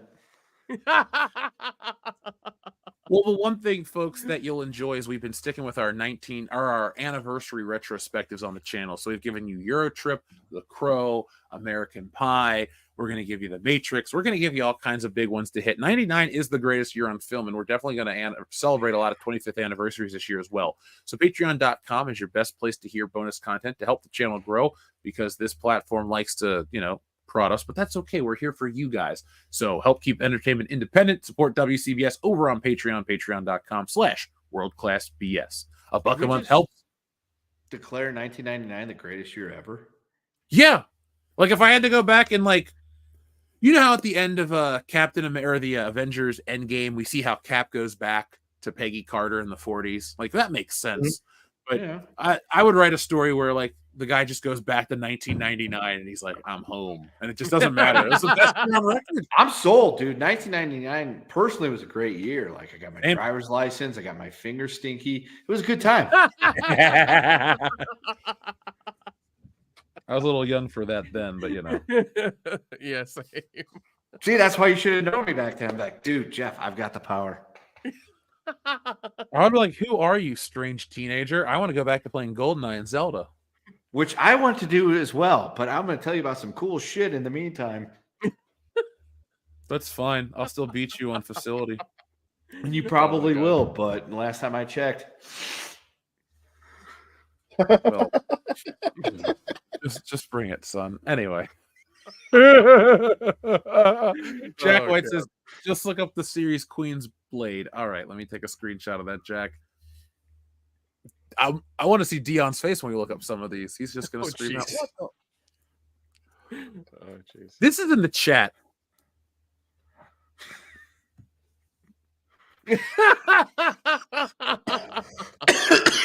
Fuck off. I'm getting over a cold. That's not funny. That's funny. Thank you, Big Black Dog. We appreciate you so much. It's a white dog in the picture, though. I love it. Hey, it's the Disney remake. Oh, God. Jack White again says the reason that Lucas and his wife didn't build the medium density housing is because the residents who lived in the area told them to go F themselves. Oh.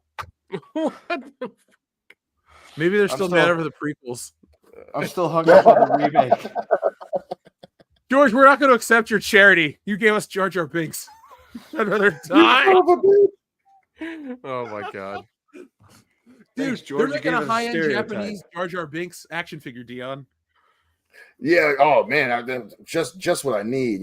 Just a great character, a great figure that I would find so much enjoyment looking at. Oh, wonderful stereotype. The only reason I'm bringing it up is we finally reached the point where there's enough nostalgia for Jar Jar Binks that people will spend $100 on fucking action figure. Dude, it only took 25 years. Yeah. That's wild. Maybe I'll make a video on that. We'll talk about it. How there's an exploration. Absolutely, man. Even when the episode figure ones were out, we didn't even buy the Jar Jar Binks. We're like, nah, we want these other guys. We want to do with the Conehead. I did have a Conehead action figure, Beldar. Oh, nice. Maintain low tones. Maintain low tones. I used to love that movie. Nobody else liked it when I was a kid but me. So when it would show up on cable, I would monopolize the TV and watch Coneheads on repeat. See, that's why you should have known me back then, because I'd be like, dude, this is a fucking fun movie. Yeah, we would have watched Tris Farley shit. Uh-huh. I still do. TLJ Screwjob, thank you very much. He says, Dion's searching for different porn to hide the amount of Dark Fate purchases. It's okay to admit you have a Dark Fate problem, Dion. That's the first step. Dark Fate porn probably exists, and it's most likely on his history. I mean, I understand your interest in Linda Hamilton all these years later. I'm not judging that. Hamilton. I feel like I'm being judged though, even though I didn't do it. You're being You are judged. 100% being judged right now. You were judged earlier when you were talking about Yee's porn preferences, and they were really yours. Yeah, That's true. About Colombia, about Colombian women and waitresses, and Not real. And Lithuanian belly dancers. Yeah, we know what he's into. Yeah, Fucking buddy, yeah. comedy No. I'm saying that was him, not me. I didn't even know that was a genre, Dion. I'm a little disappointed in you. You're a father, goddammit. Give me a match. Come on, yo. Yeah, have some decorum, goddammit. Yeah, dude, we're world class, not fucking Lithuanian class. Yeah, what is a Lithuanian class? Come on, Dion, admit you have a problem. That's the first step. Listen. I'm saying that's not me. First step towards recovery, folks. Welcome to episode 399. Dion's 12 stepping through his porn history. It's not me. It was Yay. Yay. Oh my god. Oh jeez. By the way, folks, I'd like to apologize if the chat seems off tonight. My end on StreamYards is really lagging, so I had to keep the one message up so I could read everybody's messages. But shout out to people in the chat tonight. Great people out there tonight, like Runs with Phantoms. Thank you, Miss Ninja Julian, Caffeinated Me, Dean H, and a whole lot more. We have a few more of these to read, then we're heading off to bed. We like to sign off around midnight as soon as possible. Jack White says, Jeff, I'm pretty sure the reason the U.S. economy is because the government spending, government printing money out of thin air. Oh, no, it's VHS tapes. It's VHS tapes. Like, don't listen to what you know. Don't listen to economists. It's VHS tapes. Listen, Jeff is working on a whole TED talk. He'll have the weird like fucking mic and the suit on, and he'll walk around stage with the presentation behind him, and he'll do the TED talk. Don't worry. I'll be like that Asian guy with the really deep voice. Like, hi, I'm here to tell you how to speak. It's like, all right, buddy. Welcome to your TED talk. I'd watch. I would too. I'm gonna give a TED talk one day. Pyrene Dream says, I want to upscale Hudson Hawk. So do I. Oh Bruce shit. Willis. That's a fun movie. That's a fun movie. Sleeper hit. I think that's 1999, isn't it? Let me check. No, Hudson Hawk's early 90s. Like 92 sure? or 3. I feel like you're getting that confused with Ford Fairlane. No, Hudson Hawk is 91. 91. Fuck off. What? I just looked it up. Don't get mad at me. Don't kill the Nick's man. lying. He looked it up on Wikipedia, and anybody can edit that. Oh, God. Here we go. We got a movie trailer. When Dion, my black ass green, saves Mars, it will have Kendo's face in the movie poster, but Jeff and Nick will be on there. Also, I have both Audible books and physical copies of The Dark Tower. No, I don't know why I read that China, so of course it dramatically, would but be. I know that second part still in the movie trailer voice. I like that. in a world where Pick and Save is tired of the lesser of two evils. Who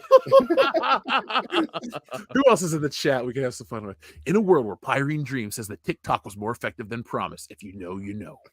I don't know. So no, don't know. I mean, it's still one of the most used apps. Like I think 5 years running now or something. Most downloaded, most used. Like yeah,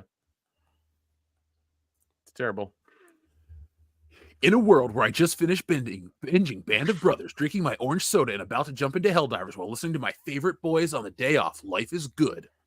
Hopefully, by the way, you're still having Band of Brothers is a great thing to binge. That's a good show. Oh, Band of Brothers is fucking awesome. If you can find the Blu-ray version, it's even better.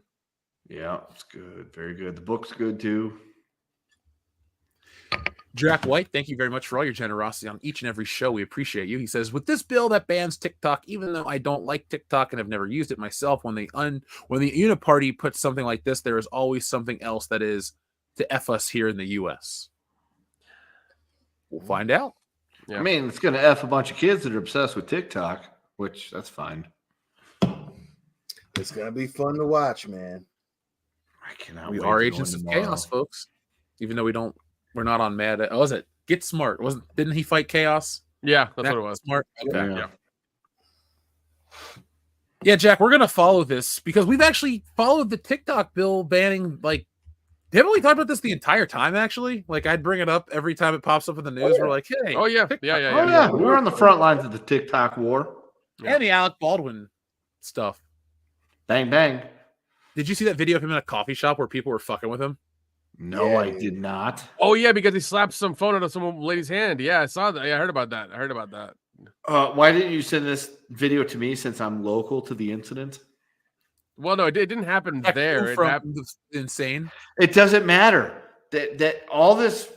Alec Baldwin's only been famous because of what happened 2 hours away from me, and I would like to know so I don't go there because I don't want to get shot by Alec Baldwin. I'm gonna tell my kids about that kind of stuff, like when they go trick or treating. Like, be safe, kids. Make sure you wear a flashlight, or Alec Baldwin will shoot you instead of Russ. You're like, Kendo knows he lives 2 hours away from Santa Fe. Be like, that's right. Oh, Alec Baldwin shot somebody there once. Don't go there. Alec Baldwin is the new boogeyman. How awesome is that? Oh, my God. You are worthless, Alec Baldwin. And the new He'll call you a boogeyman. dirty pig. Don't go there. TLJ Screwjob, thank you. He says Kenda going after any gold money front and sucker in his way. That's right. Making him $1 Million Man once said everybody has a price. That's true. Oh yeah. Jack White says regulations are generally why we don't have a lot of competition, because these existing companies bribe the politicians on the federal and local levels and get them to put onerous rules and laws. Aren't there lobbyists too, guys? Yeah, lobbyists are fun. They're a lot of fun, let me tell you. Yeah, Pretty lobbyists much. are POS. Dion, if you had to be a lobbyist for one thing, what would it be? Had Blue Chew or the whatever apparatus we have to get thick mills into the United States. Can we at least acknowledge the fact They that all he have said to he be would milk, lobby though. for Blue Chew? Let's all lobby for Blue Chew. Let's get that on the fucking ballot this year, folks. All dicks Blue must Chew. be hard. Go price. Blue Chew. Was Blue Chew ever banned? Like, what are we fighting for Blue Chew? Like for to sponsor? availability. Dude, it's Availability? 100%. It's really available. They advertise how available they are by just But it needs to consulting be with more. other You know, doctors sometimes on the you should be internet. able to order that shit on DoorDash. You know what I'm saying? You get There out you of work, go. Blue Chew should be on DoorDash. Okay, see, that's a Yeah. proper lobby. Listen, you know, we all got to I make wanna be- choices. Look, I want to be able to lobby dick pills because if I drink too much whiskey and beer and I still want to fuck, I should be able to order that shit with my White Castles. That's what you crave. 100% support that because Oh my God. sometimes there are days where you just drink way too much and you eat way too much, but you still want to bang, and she's in the mood, and you're like, fuck, I got way too much saturated fats going on right now. You got to pull a Han Solo coming back with the Millennium Falcon to save the day. You know, and it's a lot easier to do when you can order up that Blue Chew. And that's we should all American. We should all Look, be able to. I want a 10 pack of sliders. I want some onion rings, and I want some dick pills. Come on, let's go. I'm sorry, we're on onion rings. I want a case and a hard dick. Is what I want. That's right. Right, onion Right. rings. You still got the dick pills, this right? 30 case, and I'm about to give the old lady this meat injection after I'm done Right. snacking. Look, you don't even have I'm to gonna cook the get- sliders and the onions, dude. Just fucking crush up the gummy So, and cook it in the gummy. I'll eat the fucking sliders and I'll be Oh, Blue sliding. Chew's it. a gummy? no, so you're I gonna think you're so. gonna you're gonna slide meat into yourself and slide some meat into your wife. That's Yeah. right. That's right. Yeah. This is Yeah. the evening of meat You're sliders. You know what I'm sliding in and saying? sliding out, baby. That's all it is. Oh my Mhm. God. We can make it happen. God bless has the this USA. Exactly. I don't know We've got generic dick pills now. What a wonderful fucking country this I is. love it. I fucking. But you know what's crazier is the fact that Ric Flair is in my fucking feed every morning. If you want to get generic Viagra, woo! I'm like, come on, Ric Flair, you are that broke right now. Does he at least advertise his woo wings in your in your feed too? No. Or Is what about there- his is there energy drink anyone that's made with better? mushrooms? Is there anyone better to be a spokesperson for generic Viagra than Ric Flair? That's, Yeah, I mean, that's come on. true. That's true. Yeah, dude, he advertises wings, energy drinks, and apparently dick pills. That's like Ric Flair alley right there. Just because I'm older than me, I don't like going to Space Mountain. You dig? All right, Rick. You know, just careful. He's become Your the heart human is what it embodiment of Spike TV. Yeah. Do you want wings? Do you want energy drinks? You want to fuck? Ric Flair's your answer. Woo! He's That the should be- embodiment of Spike TV. That's the truest thing you might have ever fucking said, sir. Holy The shit. man is That's 75 years old. and goddamn it, we love him for it. He didn't make all the right Yeah, love decisions. Gage. but He's Spike TV. Yeah, that's Oh the thing my is we're God. in on the gag with Ric Flair at this point. Like when he's talking Right. about, I might come out of retirement again, but I don't need the money. Yeah, you do, Rick. We know, dude. I will never. We know not your love history. that part. When they did his documentary and they're talking Triple H, and he's just like, sometimes you can't believe everything Rick says. Like one of his closest friends, a dude who idolized him, is like, yeah, man, I love Rick, but you can't believe what that motherfucker says all the time. Like that's just he's full of shit. Ric Flair. Well, it's like And, it's like Hulk Hogan as well. It's the same thing with him. Like he said some dude, wild. Hulk Hogan's been trying to like rehash his image. He apologized to Mick Foley. Hey, look, hold on. Hulk Hogan said some shit, okay? But legitimately, I have it on good authority that he was in line to be the guitarist for Metallica.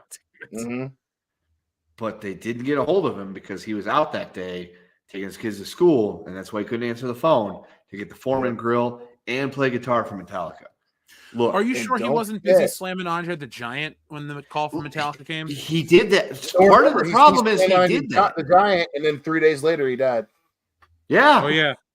And when he did that, he tore all the muscles in his back. That's why when he got out to take his kids to school, it took longer than normal, so he couldn't answer the phone from Lars Ulrich or the Foreman Grill people. Exactly. I believe him. Why would Hulk lie? Yeah, Hulk Hogan lying? No, he's got no reason to lie at this point. I mean, he would never lie. He's the American. Come on, he's a real American. For all of us. Yeah. He would fight for the rights of every man. Yep. Fight for what's right, boys. Fight for your life. Yeah, he fights to survive. I mean, have you ever been in a position, Jeff, anybody, have you ever been in a position where it's come crashing down and it hurts inside? Yeah. What would you do? Well, I feel strong about right and wrong, Endo, and I won't take trouble for very long. So, like you, I am a real American, and I will fight. See, you know what? And that right there is what makes me want to be on the show again next week. Because right there, I know you're dedicated to the cause, like Hulk Hogan wants you to be. Oh my God, brother! So there you go, folks. You heard it here live. My contract has been extended for one extra week because Jeff is real American. Thank God. I was worried. Oh my God. Oh shit! I was about to no show, but now I know Jeff is a real American. He knows what it's like when it hurts inside after it comes crashing down. Anyway, brother, here's Wonderwall. I pulled that the other night when we were watching the AEW pay-per-view. Yeah, we watched the AEW pay-per-view. I did too. Don't feel bad. I didn't pay for it though. Neither did I. I went to Phil's house to watch it. I just looked at I looked at the messages and I looked at Twitter. I'm like, I ain't paying for this shit. I've been hucklebucked enough times by this company. There were some good matches. There were some good matches. It was better than I thought it was going to be. I'll say that. But hey, it's still AEW. We'll see what they do with it. It is funny though that AEW still doesn't know how to actually do face-offs.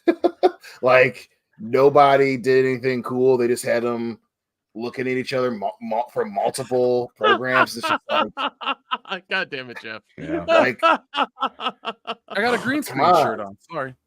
Or that Tony Khan said he would never become an on-screen character. Now he is, and so is his dad.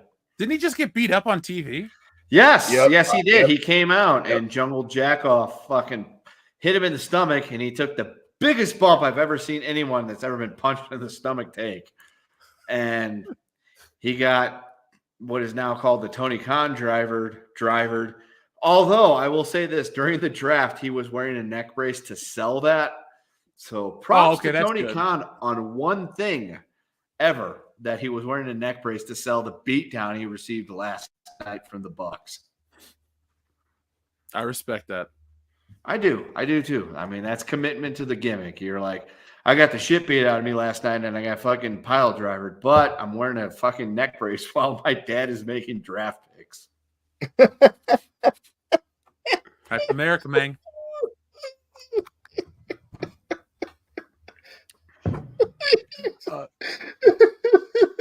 And that ruined Dion. Night complete. Why is he so stupid? That's such a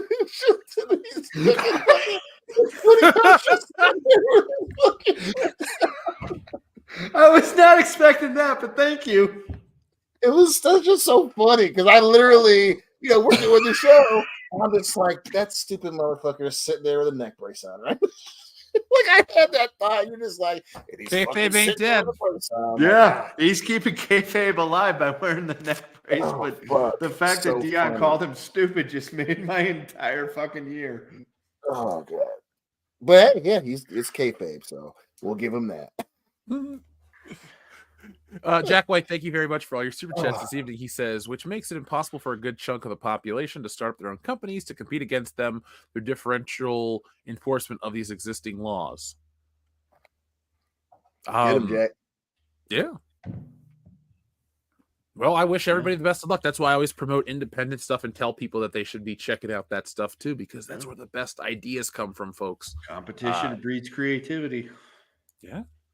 Jack also says Dick and Kendo Barbecue Show guest starring from Haiti. Already read that one. General Barbecue. Let's see. Where else are we? Jack says, Jeff, I sent you an email with links to videos from the actual Justice Warrior talking about the corrupt super mayor. Oh, okay. Well, then I'll have to check that one out because I want to watch these clips. I don't know why I've been getting into news stuff lately, but you won't be disappointed with the super mayor. It is a great story. If she's interesting looking, should we make a super mayor t-shirt of her like opening up her shirt, looking like Superman? I would say yes, just because it would create controversy, but cash as well. Yeah. I want her to get pissed off at us, like personally. Dude, that'd be awesome. The fucking mayor of some small town outside of Chicago mad at the four of us, specifically probably me. Yeah. Like everybody on Twitter, they're like pissed off at me thinking, oh, this guy hates AEW. It's that guy down here. It's the white guy that did it. They put up that collage of the four of our pictures and they're like, I bet it's number 4. It's like, why is it that the white guy gets all the blame for this shit? But then again, I also understand. MPOS, thank you very much for your generous super chat. MPOS is off topic, but I think back to the moment when Vader brings Luke to the Emperor in Return of the Jedi. Now think of the Emperor with a lisp voice like Scott Mickelson from South Park. Oh. I'm trying to think of the fucking lines from that movie to do it as Scott Mickelson. I'm Scott Mickelson. I got a lisp and diabetes. Fuck, I can't. I've lost on the dialogue of Return of the Jedi. Your faith in your friend is yours. Yeah, that's all I can remember. Your faith in your friend is yours. About your weakness. Yeah. What season is he on? I want to say 7 or 8 because I'm trying to. The main Scott Malkinson episode, I want to say comes in like 9. I have to look it up though, but because that's like one of the things. Like if you play the games. The hero games, the Stick of Truth and the Fractured But Whole, like his like superpower is he fucking just takes a bunch of sugar and gets diabetic rage. All right, I need to play these games. I'm late to the party. You've never played those? So the Stick of Truth is a lot of fun. Stick of Truth is fun, but it's kind of redundant and stupid at the same time. But then again, it's South Park. And the Fractured But Whole is better. So the Stick of Truth, you're the new kid and you play in their Lord of the Rings fucking thing. But then when you do the Fractured But Whole, you get the like when they try to be like the Marvel universe type shit going on. So I would say play them both because you need the first one to kind of give you an idea of how the second one works. But the second one works even better. And I have not played the third one, so I don't know. Well, I will check them out, man. Thank you, MPause. Xavier to God, fuck, marry, kill, ranch, mayo, horseradish, and tartar sauce. I'm killing mayo for starters because I fucking hate mayonnaise. I'm marrying horseradish because that shit's great. And I'll fuck tartar sauce because while it sucks, it's better than mayonnaise straight. What about ranch? Yeah, I'm not a ranch fan. I'm from Michigan. I can't get rid of ranch. So I'm marrying ranch. Ranch ain't never let me down. Killing mayo, fucking horseradish because spicy, and then keeping tartar sauce. Definitely killing Mayo, and I don't know what is it? Fuck, marry, kill, keep. Is that what it is? I think it's fuck, marry, kill, kill. Yeah. All right, killing Wrench, and killing Mayo. I'll marry tartar sauce and fuck horseradish. You guys are so fucking stupid. I'm going to marry horseradish. Thank you. Because it's either the raw horseradish, which is great in the jar, or the cream sauce, which is amazing on prime rib. So you can't. Or the fucking St. Elmo's fucking horseradish. Yes, I got that in my fridge right now. The shrimp sauce. That's punch in the face. That's so good. I don't have anything to eat it on, but if it would go on pizza, I'd eat that. You could eat it on pizza. I'll try it tomorrow. I'll send you a picture. It's gonna be brave, man. It's gonna be brave about it. It's Jets pizza too, Kendo. Oh, your favorite kind, dude. They've expanded in St. Louis. When I go home for summer break, or the summer of Kendo, as I'm going to call it, since I might be home for 3 weeks all by myself, I can't wait. I am going to get Jets on multiple occasions, even if I have to drive 45 minutes to get the motherfucking thing. Also, to finish this out, I'm marrying horseradish. I'll fuck tartar sauce. I'll kill ranch and mayo. Thank you. I like tartar sauce on fish. I mean, I can eat it without tartar sauce, but I do enjoy it. Mm-hmm. Jack White says, favorite rides from Disney parks for me: Buzz Lightyear Space Ranger Spin, Muppet Vision 3D, the original Star Tours. I remember 2 of those 3. Never been, so I can't give you anything. What is it like, Kendo, to know that one day you'll be in the land of Disney because of your family? Look, when my, at the time, soon-to-be wife, future wife, sent me the picture of her with her new haircut and her Disney ears, I really reconsidered the engagement. I'm like, but then I thought, she's a foreigner from a developing country, because we can't call them third world anymore. And so she's from the third world, and Disney is Americana to her and probably the best thing she could ever do. So, of course, she's going to go to Disney and wear Mickey Mouse ears. I accepted the fact that one day we would have a child who was not bastard born. And he is a fucking adorable motherfucking kid. He really is. He is. My mom goes on about that all the time, dude. He is super adorable. Did you see the picture of Kendo's baby? I'm like, yeah, I'm Facebook friends with Kendo. Like, that kid is incredibly adorable, and I am so glad that I was able to sire such a beautiful child.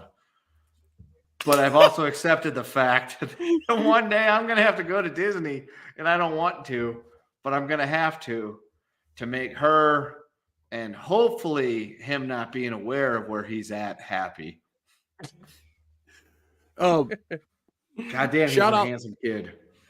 Dude, my mom's like, your kid could be a model. I'm like, I know. Don't tell him that. And I go out of my way every time I see a picture of my kid on Facebook, because he has his own Facebook profile, and none of you motherfucking savages in this chat are going to be friends with him. My mom is. Your mom is, but she's not a savage in this chat. And I believe Dion's wife, Hillary, is friends with him as well too. Yeah.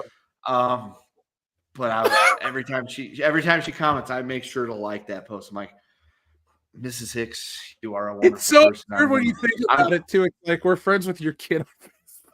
You're like, under look, I'm gonna child.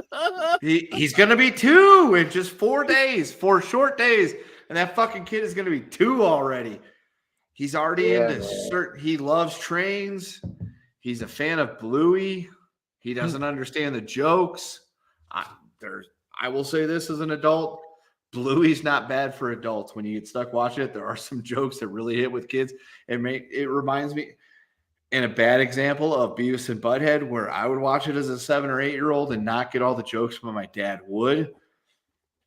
He loves to dance and sing the song. I will gladly send you guys the video of him dancing to the Bluey song. Sure, send it to my mom. She'll just be like, "Oh my god, I got a video." I'll send it to you, and you can share it with your mother. But I go out of my way to make sure that I like every post that Mrs. Hicks says about my child, because he is 100% fucking adorable. And the proof that American genetics are way better than Asian ones.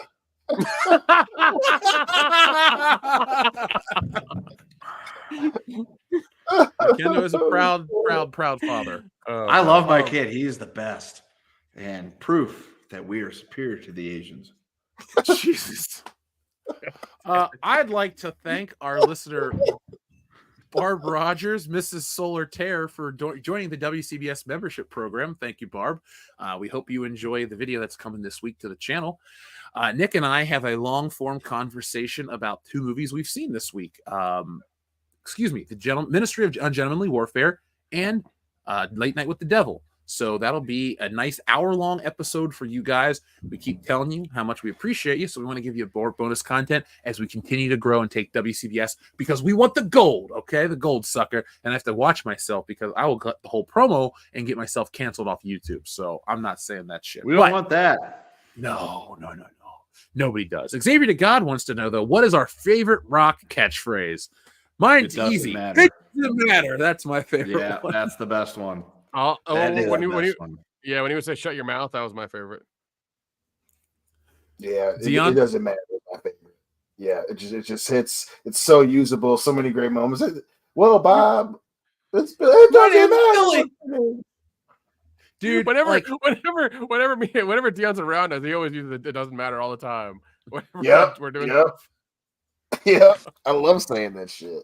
It works so well too in every instance. It's like, look, all right. So Chris Jericho, not in his present form, but at one time was one of the bigger names you could get on your wrestling promotion. And by other times, I'm talking 25 years ago. And we had this countdown that was going on, and you're like, what the fuck is this all about? And it was 99. It was the countdown to the millennium. The world was going to end. It didn't happen. But you had the countdown to Jericho, and he comes out, and the first thing he's doing is he's promoting with The Rock. And The Rock just stops and is like, what is your name? And as soon as Jericho puts the microphone up to his mouth, it doesn't matter what your name is. That right there is just the encapsulation of the perfectness of that phrase. You can use it in so many situations. Hold on. He goes, after 3 boring minutes, you don't even have the audacity to introduce yourself. I love that part so much. Jericho's like, I told you. And he cuts him off. God, Jericho is such a good whiny bitch character. I love Jericho. Jericho. He was a fucking man. He was the man. Kendo, there's your clock. Oh, I'm sending you the picture or the video of the kid dancing to fucking Bluey so you can show it to your mother. I will. When I see her next. Xavier to God, other phrases I like, just bring it is one of my favorites. If you smell what The Rock is cooking is a great way to end a promo. Pretty much the entire Rock promo package is like a win for me. Finally, The Rock has come back when he cuts the opening part and then ends with the if you smell.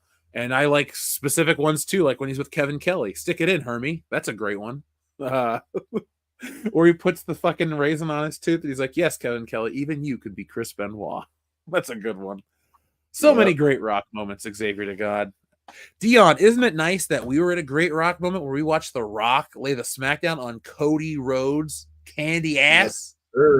Yes, sir. That was awesome. Got that W.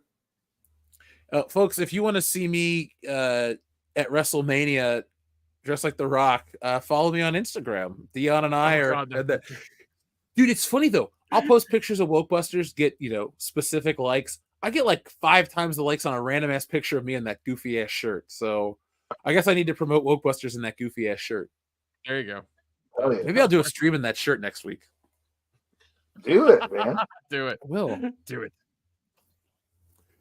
Barb Rogers also gifted a WCBS membership. Barb, thank you very much for not only being a member, but gifting a membership as well. And folks, whoever claims that membership, make sure you thank Barb as well.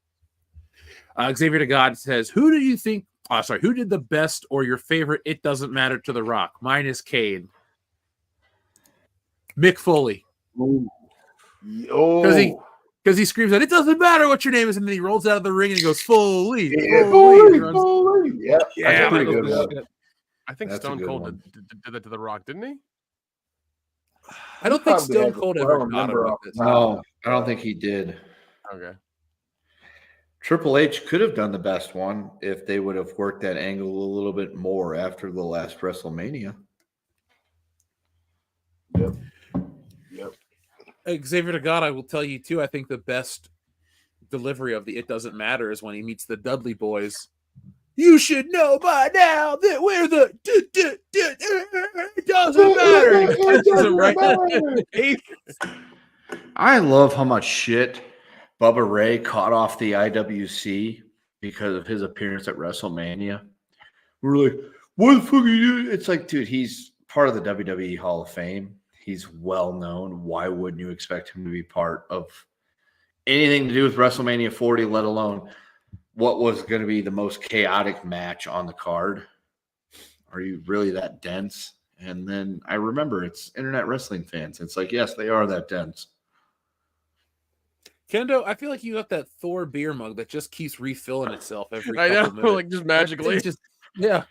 It does. And it always has the perfect amount of foam on it because I am perfection. Well, in this sense. You are perfection. Look, when we go to watch Mike Tyson decapitate the shit out of Jake Paul At Lakeside I'll pour Lockdown. everyone's beer. Yeah, at Lakeside Lockdown. Lakeside Lockdown. Yeah. July 20th. God damn it. Fight sword. Foreman. July 20th. The side of the lake. It doesn't matter which lake. Just the side Yeah. of one. The lake by Lansing, Michigan. The lake in this part of the state. Come fucking find us. It's a God party. damn it. That's the most Michigan thing I've ever done. It's a party. But I will pour everyone's drink that night, and everyone will come out perfectly. But God damn, Kendo knows how to pour a perfect beer. And I'm like, Hey, you're Kendo, right. I'm going to bring do. you, as a thank you gift, a little mini bottle of Maker's Mark. Just for you, pal. Just like old times. The only thing is, the Coos Bros could reunite for one night only. It'll be Lake buddies. Lake buddies. But there's no Lake lovers. There's no hot tub nor really sugary drinks to cook before then in the hot tub. I mean, we can get an inflatable hot tub, and we can make you those hand grenades from fucking New Orleans if you'd like. I don't know if Dion's going to be not really happy difficult. about it in an inflatable hot tub in his living room, but I'm willing to find out. Shrubbles08, we're gonna play out the show with your button tonight, Shrubbles08. So thank you very much. For those in the chat wondering what my thoughts on Star Wars Outlaws is, I liked the idea if it would have been like Han or Luke or somebody, but realistically, I've kind of checked out of Star Wars video games because the last few haven't been enjoyable. And if the last few things that cost more money or that cost money haven't been good, why should I throw more money at the next? Now, if they include it in the EA Pass, then I will play it. Sorry, wait, that's an Ubisoft game now. If it's included in Game Pass at some point, I will play this game. But if there's enough interest, I will stream it for the channel. I almost have the setup here. WCBS headquarters finalized, so we'll be able to get back into game streaming. We'll be doing more. You'll see us on all of our platforms. So those are my thoughts. Also, guys, did you know that Tourette's guy's still making YouTube videos? Really? I thought he was dead. Really? That was a Oh, well, that's good. Glad to hear, man. I remember the rumor that he was dead. Well, I will never forget. I was driving home from one of my favorite restaurants in Columbus, and we drove past Jolly Pirate Donuts, and I freaked out because I knew the Tourette's guy lived in Ohio, and I was like, I fucking found Jolly Pirate Donuts. He's taking a 2-hour shit there. And nobody understood what I was laughing about, but hey, it was worth it. So, folks, it's been a great night tonight. Thank you for joining us. We're going to be back with 400. When we come back with 400, it's going to be a big one. We have some stuff planned that we're going to make happen, and it's going to be a fun show. Who's going to be our guest? This guy. Oh, Bob Saget!